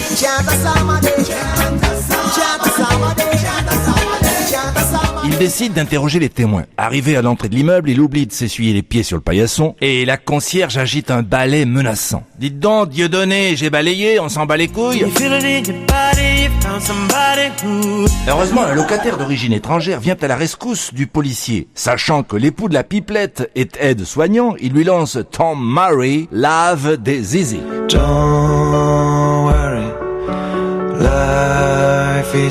Qu'est-ce que vous racontez? Je suis allé à l'hosto pour un panerie. Quand il m'a vu, il m'a dit « Descends la braguette, descends la braguette ». Ah ah, dit la mégère qui ne se démonte pas. De toute façon, les âmes, ils sont des pédés.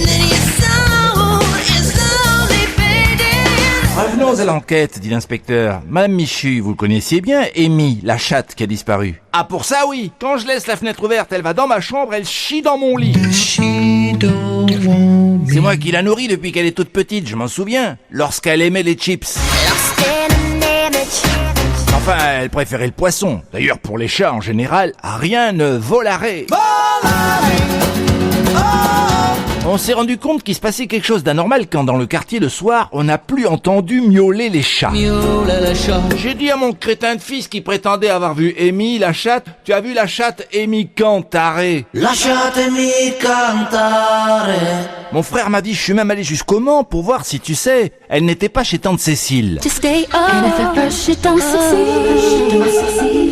Comment, dit l'inspecteur? Cette bête était originaire du Mans? Eh oui! Et tous les matins, Stevie et François Fillon vous le confirmeront, comme tous les matous manceaux, elle chantait la fameuse aubade mancelle. Oh non! Alors là, c'est vraiment tiré par les cheveux, Serge Liado. Alors moi, j'ai pas suivi toute l'histoire. Moi non plus. C'est n'importe quoi. Ah non, c'est d'abord. Enfin, il y en a quand même des biens. Elle chie dans mon lit, j'ai bien aimé des Red Hot Chili Peppers. Bravo, en tout cas, c'est ce qu'on adore, les hallucinations auditives. Signé Serge Liado. Merci, à demain. Ah, pourquoi aujourd'hui de nombreux journalistes ont pris la direction de Culose dans l'Ain, vous qui aimez les petites villes de province? Pourquoi de nombreux journalistes ont pris aujourd'hui la direction de Culose dans l'Ain? Il s'y passe quelque chose. Ah, aujourd'hui. C'est peut-être pour ça qu'ils y vont. Alors. Elle est maline, hein, la diamant, quand même. Ça va vite, hein. Est-ce que c'était un déplacement du président de la République? Oui, c'est-à-dire? Le président de la République va à Culose. Oui, pour annoncer le plan sur la taxe carbone. Bonne réponse de Miller et Michalak. C'était ce midi, le président faisait œuvre de pédagogie dans son discours de Culose pour dévoiler le montant de la taxe et ses modalités de compensation. Ça a l'air un peu compliqué, hein, ces histoires d'impôts sur le revenu, on pourra déduire, j'ai pas tout compris. Pierre, je crois que tu as suivi le journal télévisé tout à l'heure à 13h, donc tu peux peut-être nous résumer ce que le président de la République a dit. Alors, qu'est-ce qu'il a dit, Pierre? Est-ce que vous pouvez nous faire un petit résumé? Non, justement, on savait que cet impôt, le gouvernement prétend que c'en est pas un, puisque ça va être remboursé. La taxe carbone racontée par... On se demande à quoi elle sert, étant donné que ça rapporte pas un sou à l'État. Ça rapporte pas un sou même pour le carbone, puisque l'État rembourse tout. Oui, mais l'État ne prend pas directement l'argent pour le faire. Elle sert à inciter les gens à moins polluer. Elle sert à vous inciter, Pierre, à acheter moins d'essence. Elle sert à vous inciter à vous chauffer de manière plus écologique. Voilà à quoi ça sert, Pierre, voyez. Tout ce truc qui incite, j'y crois pas du tout. Par exemple, vous avez quoi comme chauffage, chez vous, Pierre? Comme chauffeur, en ce moment, j'en ai deux. Chauffage, pas chauffeur. Chauffage? Ouais. Je sais pas. Vous chauffez à quoi, vous, à la maison? Je sais pas. Ah bah voilà. Comment ça, vous savez pas? Non, c'est un chauffage central, comme dans toutes les maisons. Bah non, pas centrale électrique, au gaz. Vous avez une chaudière? Au fioul, au gaz? C'est un chauffage individuel, non? C'est de la maison qui chauffe. Je peux pas m'occuper de ça aussi. Oh, c'est d'un bourgeois. Je sais pas de quoi elle fait mon chauffage. Je sais pas, non. Je mets des bûches aussi. Est-ce que tu payes Gaz de France? Est-ce que tu payes toi-même les factures? Est-ce que c'est pris sur tes charges de copropriété? Je sais pas, moi. Non, je me fais pas chier à être marié depuis 30 ans pour m'occuper de ça.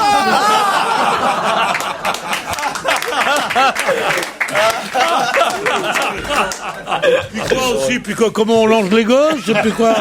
Comment que tu fais la vaisselle à l'eau froide? Je m'occupe pas de ça aussi. Lui, il est là avec sa compagne, il partage les charges du gaz, de l'électricité, du machin. Moi, je sais pas, je file de l'oseille, puis on s'occupe de ça pour moi. Je sais pas, par exemple, Olivier. Non. Je suis pas là, moi.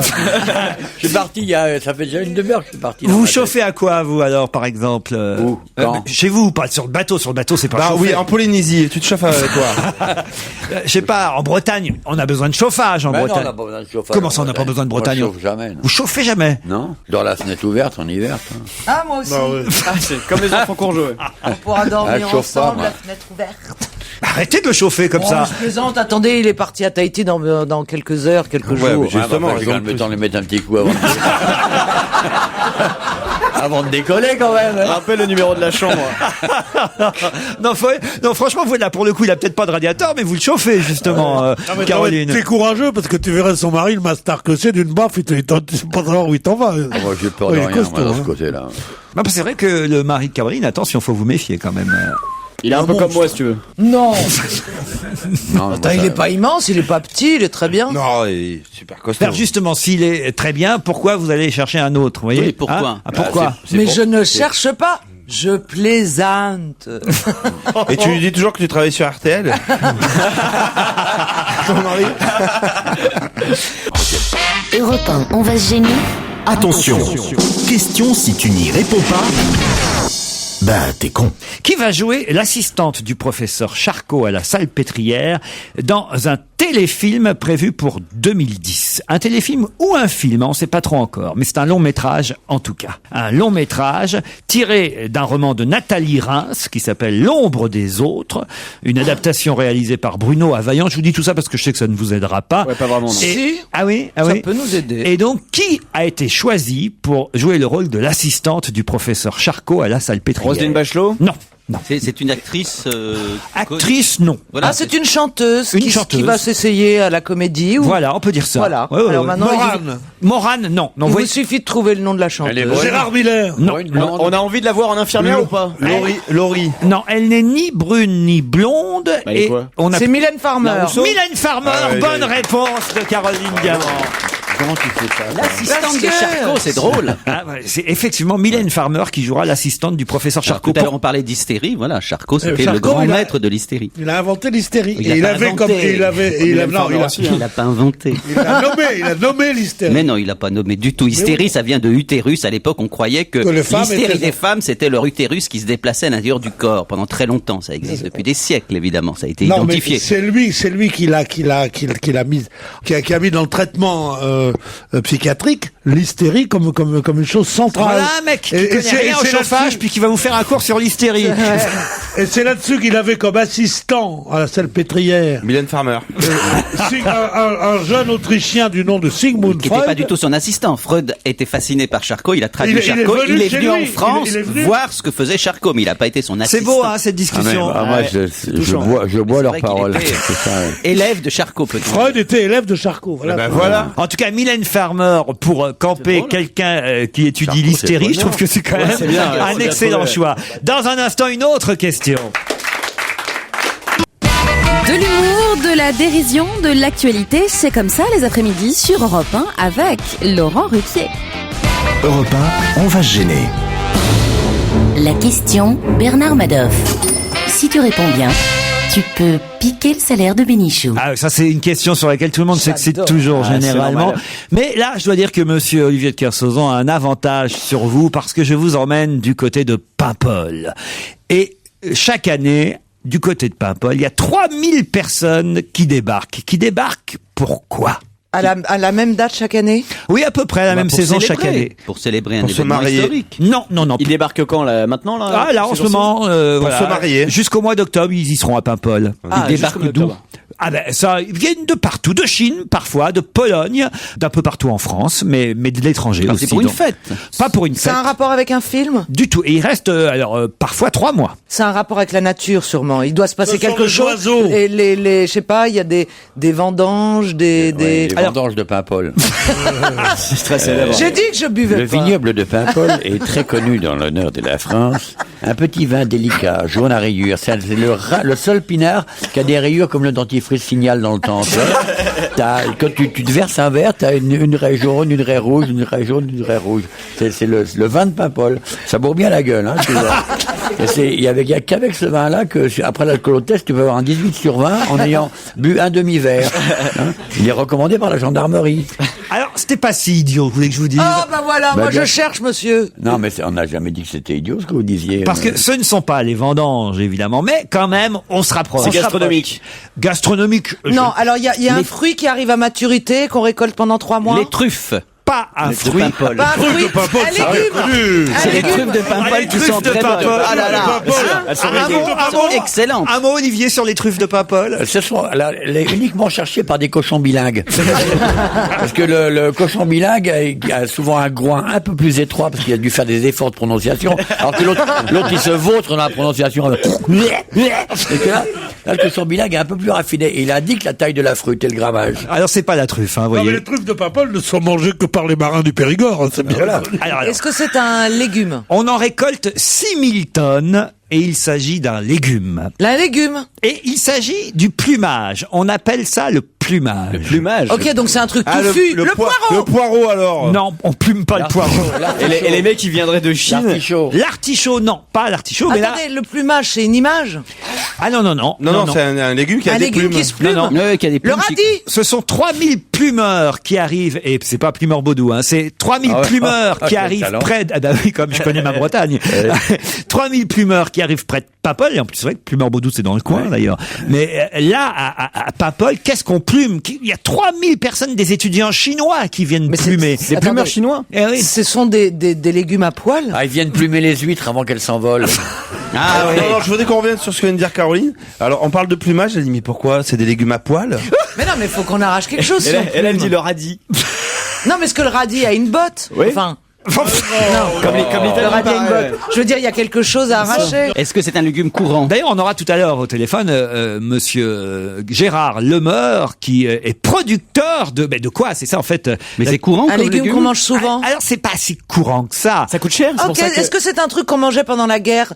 Non. Mais là, je suis surpris quand même que monsieur de Kersauzon, qui connaît quand même bien sa Bretagne. Mais non, toi, je suis pas un expert en légumes à Paimpol, faut aussi être poli. Quand même. Hein, faut pas Non, mais je vous exagérer. demande pas d'être expert en légumes à Paimpol, mais quand même, il y a quand même 3000 personnes qui débarquent à Paimpol. Des Oui. algues. Des algues, oui, ça, Poilu, c'est hein. c'est Non, vache. c'est des vermus. Vermus. Pourquoi des Paimpol, vermus vermus. Paimpol. C'est pas moi qui le dis. hein. Alors, Eh, qu'est-ce tu qu'il y sais a? quoi? Pars à Tahiti avec monsieur de Kersauzon. Des on te veut salsifis.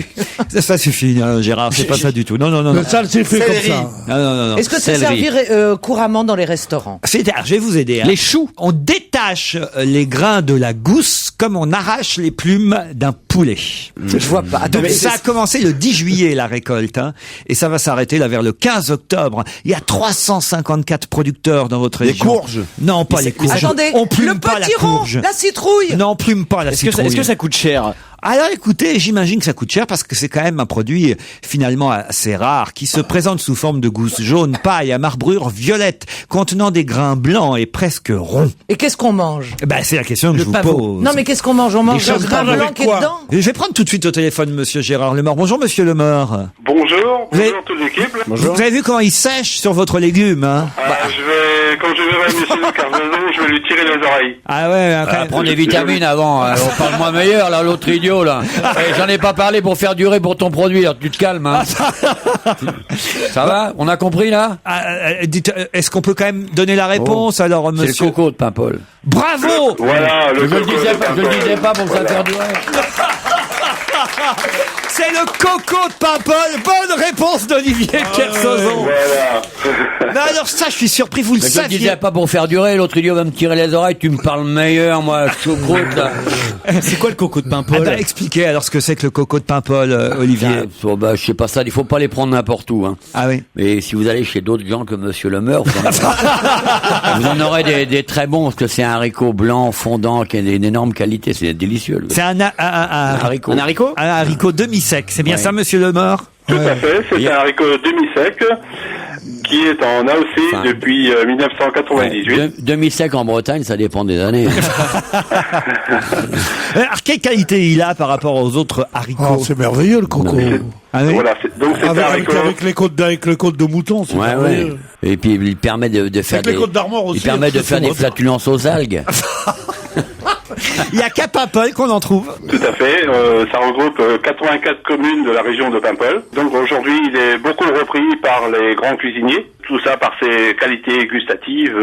Il y a vraiment 3000 personnes qui débarquent. Environ 2500 personnes qui débarquent, oui. Il n'y aura pas autant de monde à la fête de l'UMA, qui est pourtant la fête du coco aussi ce week-end. 2500 personnes, c'est pas... Pourquoi le fait de plumer? C'est parce que c'est un peu le geste comme plumer une poule avant. On enlève les gousses qui sont matures. Et c'est vrai qu'il y a des Chinois et des Polonais qui viennent vous aider? Oui, il y a on a un peu de main-d'œuvre chinoise. Parce que le plumeur de coco, le plumeur de coco polonais est moins cher que le plumeur de coco pimpolais. Ah non, le tarif est le même pour tout le monde. C'est quoi? C'est 41 centimes le kilo, nous dit-on? Oui. C'est-à-dire que si je viens plumer le coco chez vous, je suis payé au kilo de coco que je récolte ou que je plume, et je serais payé 41 centimes d'euros le kilo. Et donc faut bosser, il faut en avoir des kilos quand même. Alors. Oui, mais la moyenne est quand même autour de 150 kilos, 150 à 200 kilos par jour. Ah oui, quand même. Ça fait cher le gramme de coco. Qu'est-ce que vous dites, vous? Ça fait cher le gramme de coco. Ah oui, à Paris, c'est... oui, à Paris, c'est sûr qu'il doit être plus cher, mais... 6000 tonnes de... Bon, on était content de vous parler. Et en plus, il a raison, Olivier de Kersauzon. Au revoir, bonne journée. Merci, monsieur Gérard Lemort, producteur d'haricots coco à Ivias. Dans un instant, le DVD de la semaine. On va gêner, continue sur Europe 1 avec le maître de cérémonie de Ruquier. Europe 1, on va se gêner. Le DVD de la semaine. Chaque jeudi, évidemment, nous conseillons, ou pas d'ailleurs, un film qui vient de sortir en DVD. Là, on parle d'un carton dans les salles, parce que ce film-là, effectivement, a attiré de nombreux spectateurs au moment de sa sortie. Ça s'appelle LOL, de Lisa Azuelo. C'est une comédie avec Sophie Marceau, Alexandre Astier, Jocelyn Quivrin, Christa Terré, entre autres. Une comédie pour adolescents, mais aussi pour les parents, parce que, évidemment, on en apprenait beaucoup sur la nouvelle génération en regardant cette comédie-là qui a cartonné. Est-ce que vous aussi ça vous a plu? Et est-ce que vous conseillez à ceux qui n'avaient pas vu le film au moment de sa sortie de l'acheter ou de le louer, ce DVD qu'on peut enfin trouver dans le commerce? J'ai confié LOL à Titoff, Caroline Diamant et Gérard Miller. Je commence par vous, Caroline. Alors, il faut savoir que le rôle principal de la maman est tenu donc par Sophie Marceau. Ce qui est une bonne idée. Sophie Marceau, qui donc, pour les femmes de ma génération, était l'héroïne de la boum. Au même âge qu'elle, on vivait ce qu'elle vivait dans la boum. Ah ouais, maintenant, au même âge. Bah oui, au même âge. Qu'est-ce qui s'est Et donc passé maintenant, on la retrouve. C'est tout petit, ça c'est mesquin. Mais c'est pour ça qu'elle a fait du cinéma et moi de la radio. Bande de cons. Voilà, la lucidité nous sépare. Donc, elle est la maman d'une adolescente de 16 ans. Moi, j'y suis allée avec ma fille de 14 ans et c'est absolument jouissif. Alors, c'est une vraie photographie de la jeunesse actuelle.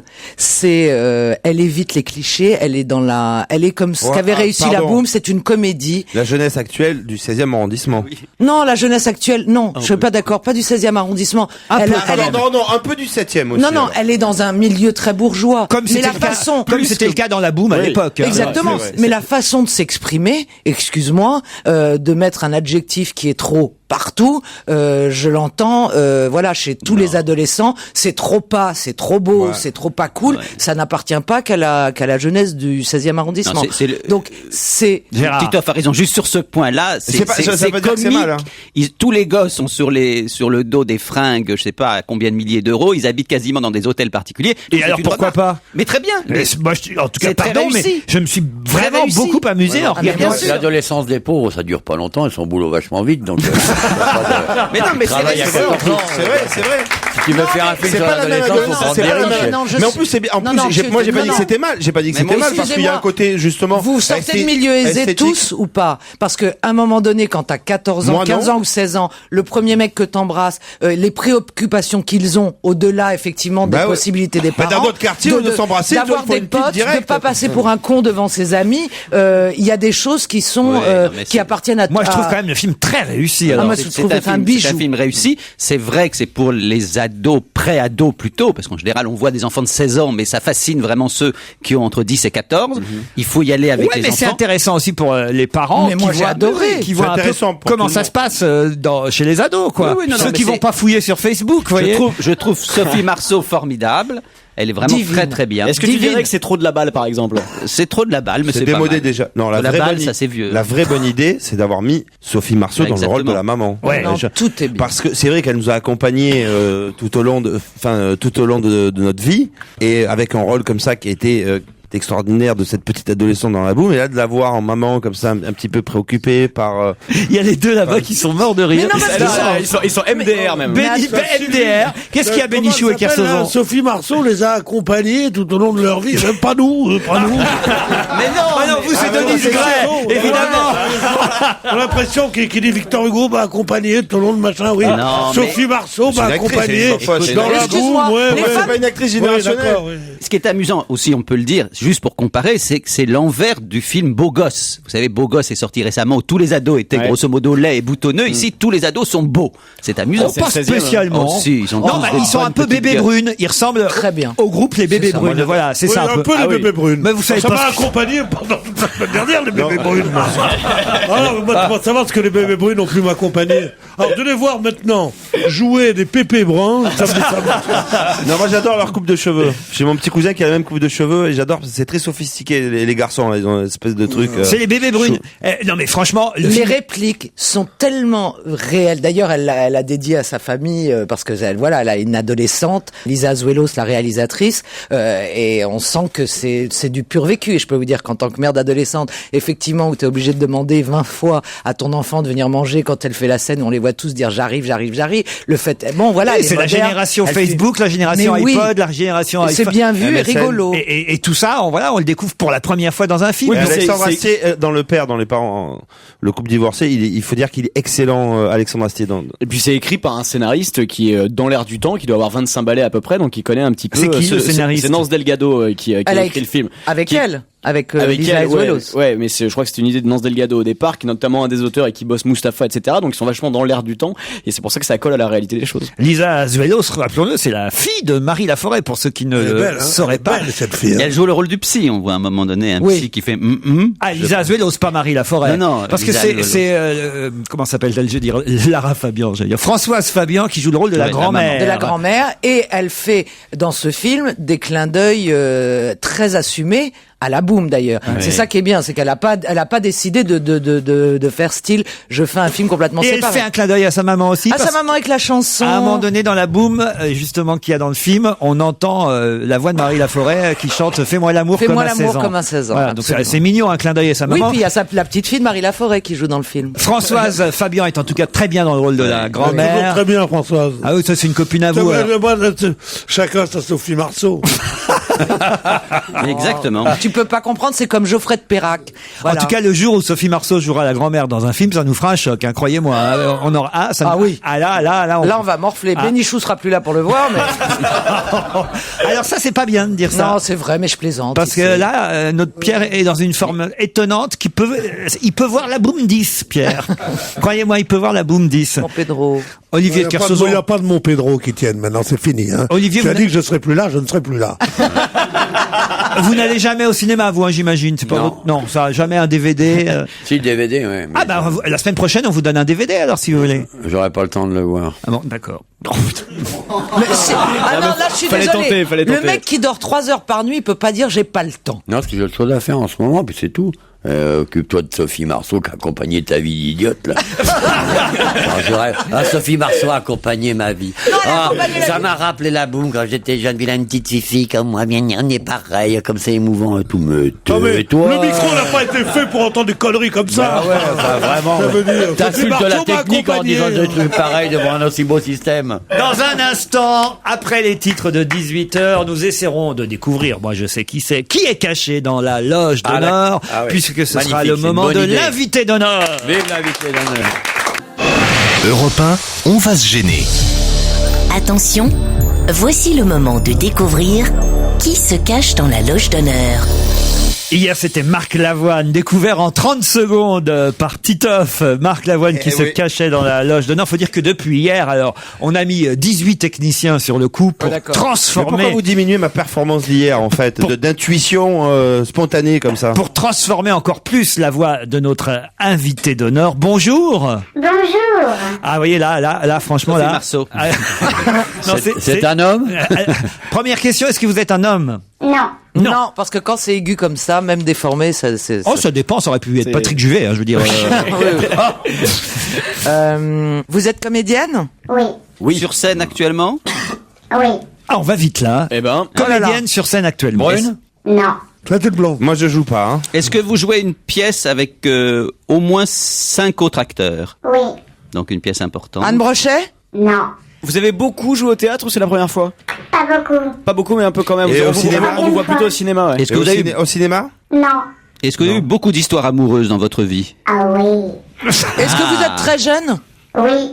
Est-ce que vous me connaissez? Hélas, oui. Parle. Qui parle? C'est la meilleure des Parce que réponses. ma voix est déformée, c'est pour ça. C'est Pierre Bénichou qui vous demande si vous le connaissez. Oui. Ah oui, donc c'est quand même quelqu'un qui Qui a quelques heures de vol. a quelques heures de vol. Non, elle a dit qu'elle était très jeune. Oui. Est-ce que je peux me permettre de vous demander si vous êtes très jeune? Vous avez moins de 30 ans? Oui. Ah oui. Est-ce que vos parents sont connus? Oui. Ah, donc vous avez été pistonné? Oui. Non, parce qu'elle a un talent énorme. Ah, vous savez qui c'est? Je pense. Ah, alors... Sarah Giraudot? Wow! Bonne réponse de Caroline Diamant. Sarah Giraudot. Alors là, faut le faire, alors. Sarah Giraudot qui va rentrer dans ce studio d'ici quelques secondes, le temps de passer le barrage d'Olivier de Kersauzon qu'elle va croiser dans le couloir, parce qu'il était déjà parti dans la loge pour vérifier qui y était. Je ne suis pas sûr qu'il l'aurait reconnu, parce que Olivier ne connaît peut-être pas Sarah Giraudot, qui rentre dans notre studio. Bonjour Sarah. Merci d'avoir accepté de jouer le jeu avec nous. Avec plaisir, c'est fou ce jeu. C'est curieux comme ça d'être caché dans une loge. C'est très bizarre, ouais. C'est très bizarre. Ben, je ne pensais pas qu'ils iraient aussi vite pour vous identifier. Moi, je me suis dit effectivement que ça allait prendre un peu de temps parce que je suis quand même pas. Mais j'attendais la question des parents. Je me suis dit ça va libérer tout d'un coup un mystère. Est-ce que vous reconnaissez la personne qui est à votre gauche? Oui, mais je ne la connais pas personnellement. Ah, vous voyez Madame Bénichou. C'est mieux la voix comme ça.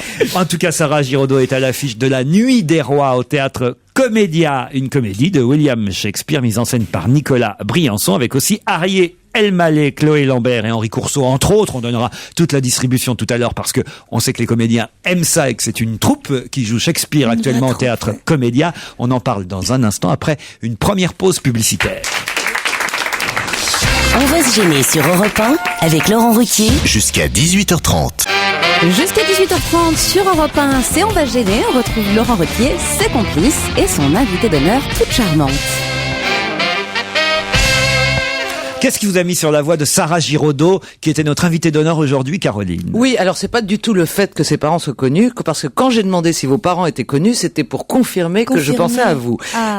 Alors c'est l'âge, quand elle a dit, parce que qu'elle était très jeune, et je sais que vous devez avoir 22 ans. 24. 24, voilà, très jeune. Et puis, parce que je me suis dit que j'aimerais bien emmener ma fille voir cette pièce de théâtre, voilà, voir une pièce de Shakespeare. Mais ta fille, elle veut même pas être copine avec toi sur Facebook, elle va pas sortir avec non, toi.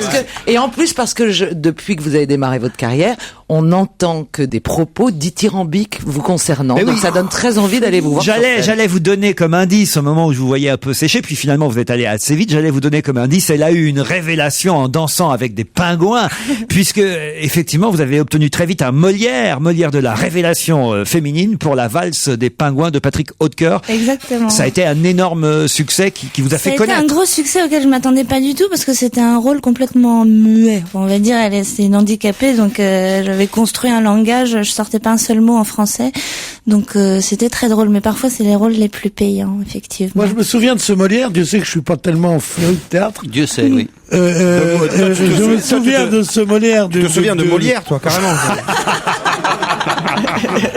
Mais occupe-toi de Pagnol, toi, de temps en temps. Occupe-toi de Pagnol. Oh là là, vous êtes trop.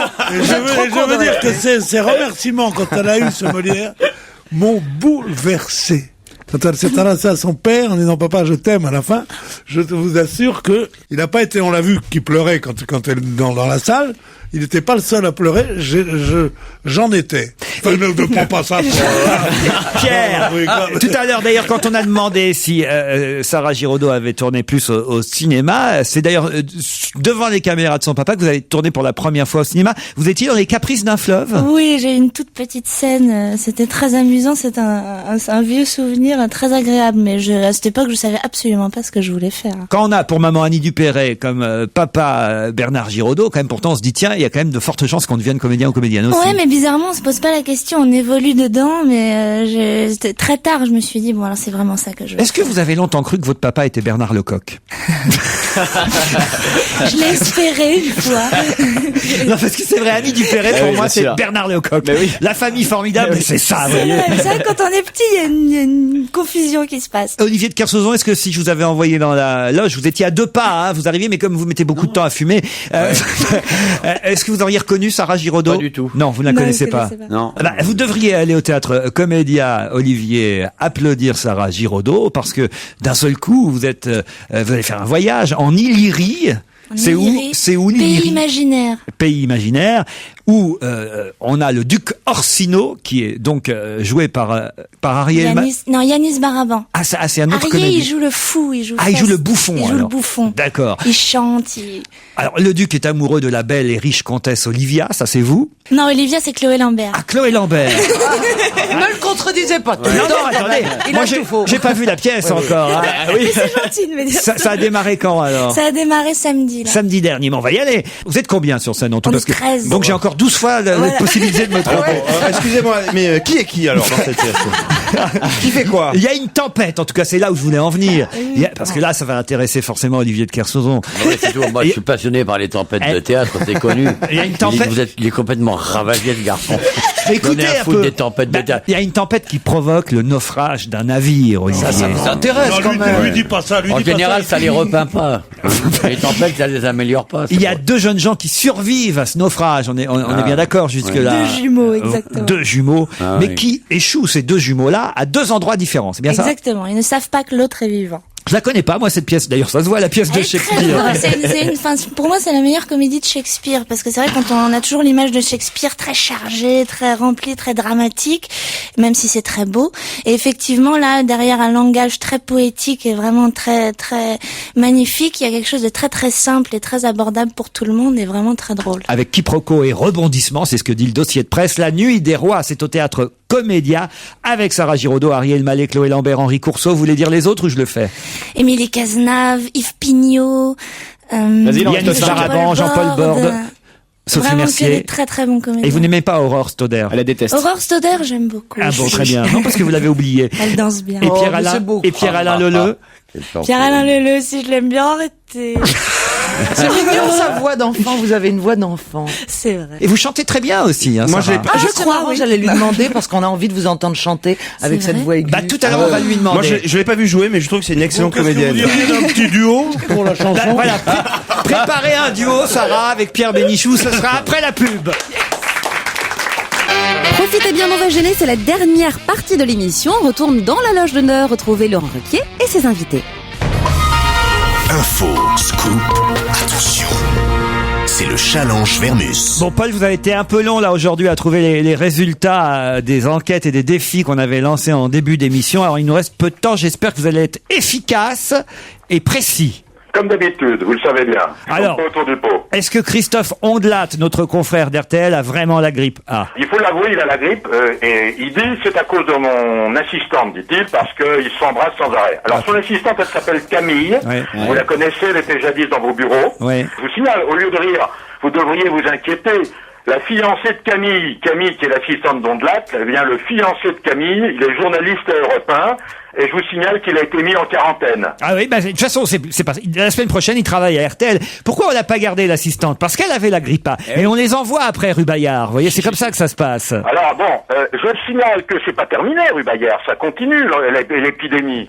Il y a un humoriste qui s'appelle Tanguy Pastureau, qui est chroniqueur rue Bayard, et qui a la grippe A officiellement depuis hier. Et Bouvard, rien. Mais non, écoutez, alors, pour toujours Bouvard, rien. Non mais je signale, ils sont très protégés chez chez Bouvard, ils ont tous des infirmières à domicile. Pourtant, il est au niveau des poignées de porte, hein.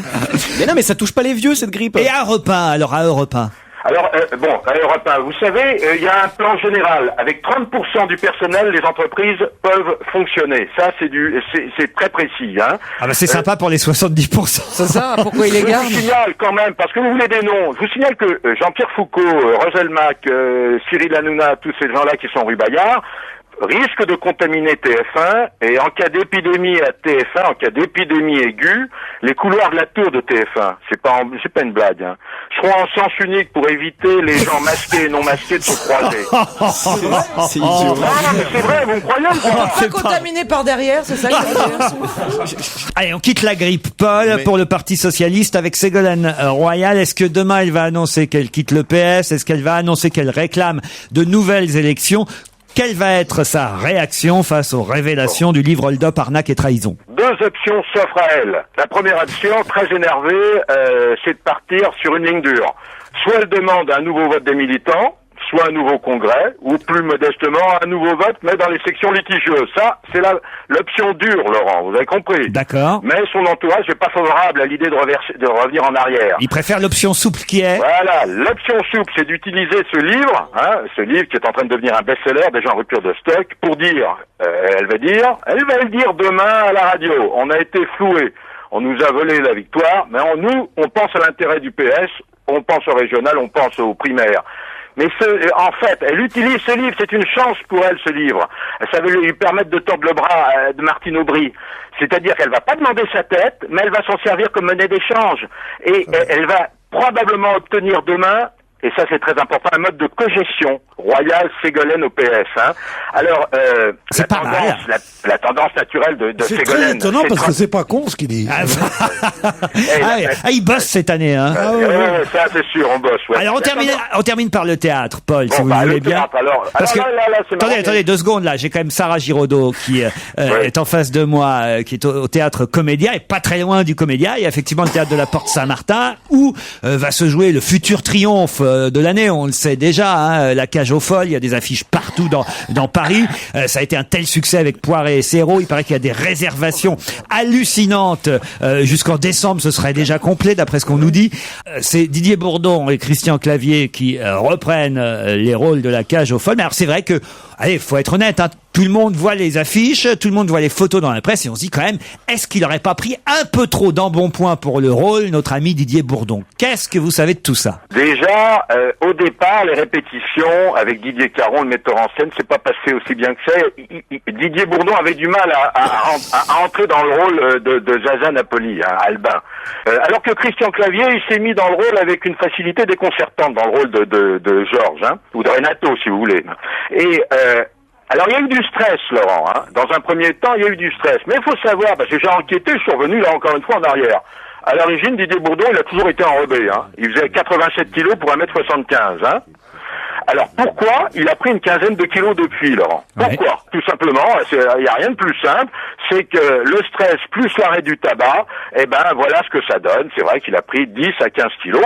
Et vous savez que le rôle au départ, le metteur en scène voulait quelqu'un de costaud, un peu un physique de camionneur. Et Bourdon, il a ce physique de camionneur. D'ailleurs, on avait pensé il y a 1 an et demi à Bernard Tapie pour le rôle. Hein. Paul, vous avez fait du bon travail. Ouais, c'est bien. D'accord quand vous dites ça ou pas? Ah non, je vais vous dire, c'est même curieux, on est sérieux. Non, bon. Non. Une sorte vous savez, moi, je crois même que vous devriez arrêter maintenant. Ouais, quand t'es au top, quand t'es au sommet. Moi, je crois que c'est le moment de prendre votre retraite, Paul. Vous avez peut-être pas tort, hein. Vous avez peut-être pas tort. Vous savez, moi, il y a tellement de gens qui veulent ma place. Moi, je la laisse à ceux qui veulent. Ça vous donnera... Travailler avec vous, c'est pas de la tarte non plus. Ça hein. vous donnera un peu de temps pour aller au théâtre plutôt que d'y envoyer les autres. Et vous irez ainsi applaudir Sarah Giraudot à l'affiche de la Nuit des Rois au théâtre Comédia. On la remercie, on l'embrasse. Merci à vous tous. Elle est charmante, elle est ravissante. Courez au Comédia voir ce classique de Shakespeare, mais qui vous fera rire aussi avec une troupe de jeunes comédiens avec en tête Sarah. Et des vieux de la vieille. Et des vieux de la vieille. Bons théâtreux. Des bons, ou enfin autre chose. On peut être jeune et bon théâtreux quand même. Oui, c'est vrai. Hein, c'est votre cas, vous commencez à être une bonne théâtreuse. Oui, mais bon, je les regarde quand même. Il y a une maturité qui n'est que je vais prendre du temps à avoir quand même. Ah ouais, mais quand même, voilà, un peu comme vous regardez Pierre Bénichou en fait. Hein. Voilà. Non, mais c'est touchant. Allez, à demain, 16h. On va gêner, continue sur Europe 1, on retourne dans la loge d'honneur où on retrouve autour de Laurent Ruquier, Pierre Bénichou, Caroline Diamant, Olivier Lequer-Sauzon, Jérémy Michalak, Gérard Miller et Titoff. L'invité spécial aussi, le tout dans une très bonne humeur. La nuit des rois. Sarah Giraudeau est morte de rire parce que contrairement aux auditeurs qui n'ont pas cette chance, mais les auditeurs qui sont dans le public, dans le studio ici à Europe 1 rue François 1er, eux profitent évidemment de quelques phrases qui sont lancées pendant les pubs, pendant les infos. Et Sarah Giraudeau découvre ce qu'on peut se dire comme ça entre deux pubs, et effectivement là, on peut le dire, Titoff vient de donner des conseils d'esthétique à Gérard Miller. Mais je suis très sensible. Il parce qu'on le voit moi. pas. Tu le vois pas, toi. Il s'occupe de moi. Qu'est-ce que tu lui as dit? Non, rien. Il faut qu'il élague un petit peu les oreilles, quoi. Il y a des petits poils dans les oreilles. Il faut défricher un petit peu tout ça. Oui, c'est très gentil de s'occuper. Surtout, c'est très important l'écoute pour toi, pour ton métier. Il s'occupe de moi de très près. Non, mais c'est vrai, ça commence à nous chatouiller, Gérard. Alors c'est bien. Non, mais moi, je vous ai dit. Arrête, retourne-toi là. Oui, t'as vu comment il passait à autre chose? Je vois plus rien. J'allais parler de notre invité. Non, mais Titoff et Miller, c'est un des couples les plus ennuyeux de Paris. Je les invite plus jamais à dîner, mais rien. S'ils ont un enfant, il n'y aura pas à Molière, crois-moi. La nuit des rois au théâtre Comédia, ça a commencé samedi dernier. Ariel Mallet, Sarah Giraudeau, Chloé Lambert, Henri Gourceau dans les principaux rôles, Nicolas Briançon pour la mise en scène. Et Gérard Miller avait envie de poser une question à Sarah Giraudeau. D'abord, je voulais dire que je vous ai vu, moi, dans La Valse des Pingouins, qui était formidable, et que je me rappelle très bien de vous. Et j'avais une question à vous poser. Je connais un tout petit peu votre maman, et un jour, je l'avais rencontrée. Annie Dupéret, on peut rappeler quand même. Je lui ai parlé, évidemment, de ce formidable livre sur ses parents, qui sont donc morts dans des conditions absolument dramatiques. Et à l'époque, ça m'avait surpris. Vous étiez un petit peu plus jeune, mais pas tellement. Il y a quelques années, elle m'a dit ça. Elle m'a dit que ses enfants, donc vous notamment, n'avaient jamais lu le livre et ne lui en avaient pas parlé. Est-ce que depuis, vous l'avez lu? Elle ment. Non, je l'ai lu, j'ai attendu 16 ans quand même, pour que ce soit bénéfique et pas cassant comme livre, en fait. Ouais. Parce que ça allait parler vraiment de mon passé, et les choses douloureuses se passent de génération en génération. Donc c'est vrai que, et comme je suis très réceptive de tout ça, j'attendais d'être Donc ouverte. vous l'avez lu depuis, évidemment. Oui, bien sûr. Ça, c'était la question du psy. Et maintenant, the show must go on. Voici donc le duo tant attendu, Pierre Bénichou et Sarah Giraudeau. Alors, quelle chanson un peu moderne vous aimeriez chanter avec Sarah? Si vous voulez, mais enfin, si vous préférez une chanson un peu plus ancienne, je suis d'accord aussi. Il m'a vu nue, toute nue, tellement nue. Miss Tinguette. Ah non, vous êtes allé trop loin. Oh non, mais tu veux qu'elle place le curseur où? T'es jamais content. Vous n'avez pas une chanson de Roland de Roncevaux?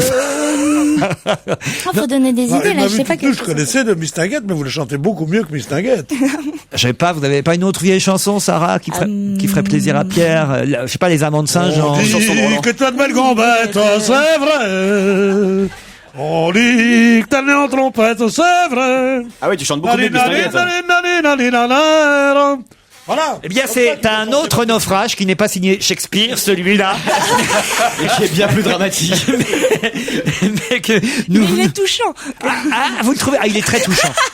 Ah, ça, c'est pire que tout, comme phrase. Il est touchant. Ouais. C'est comme d'une meuf moche, on dit qu'elle est drôle, quoi.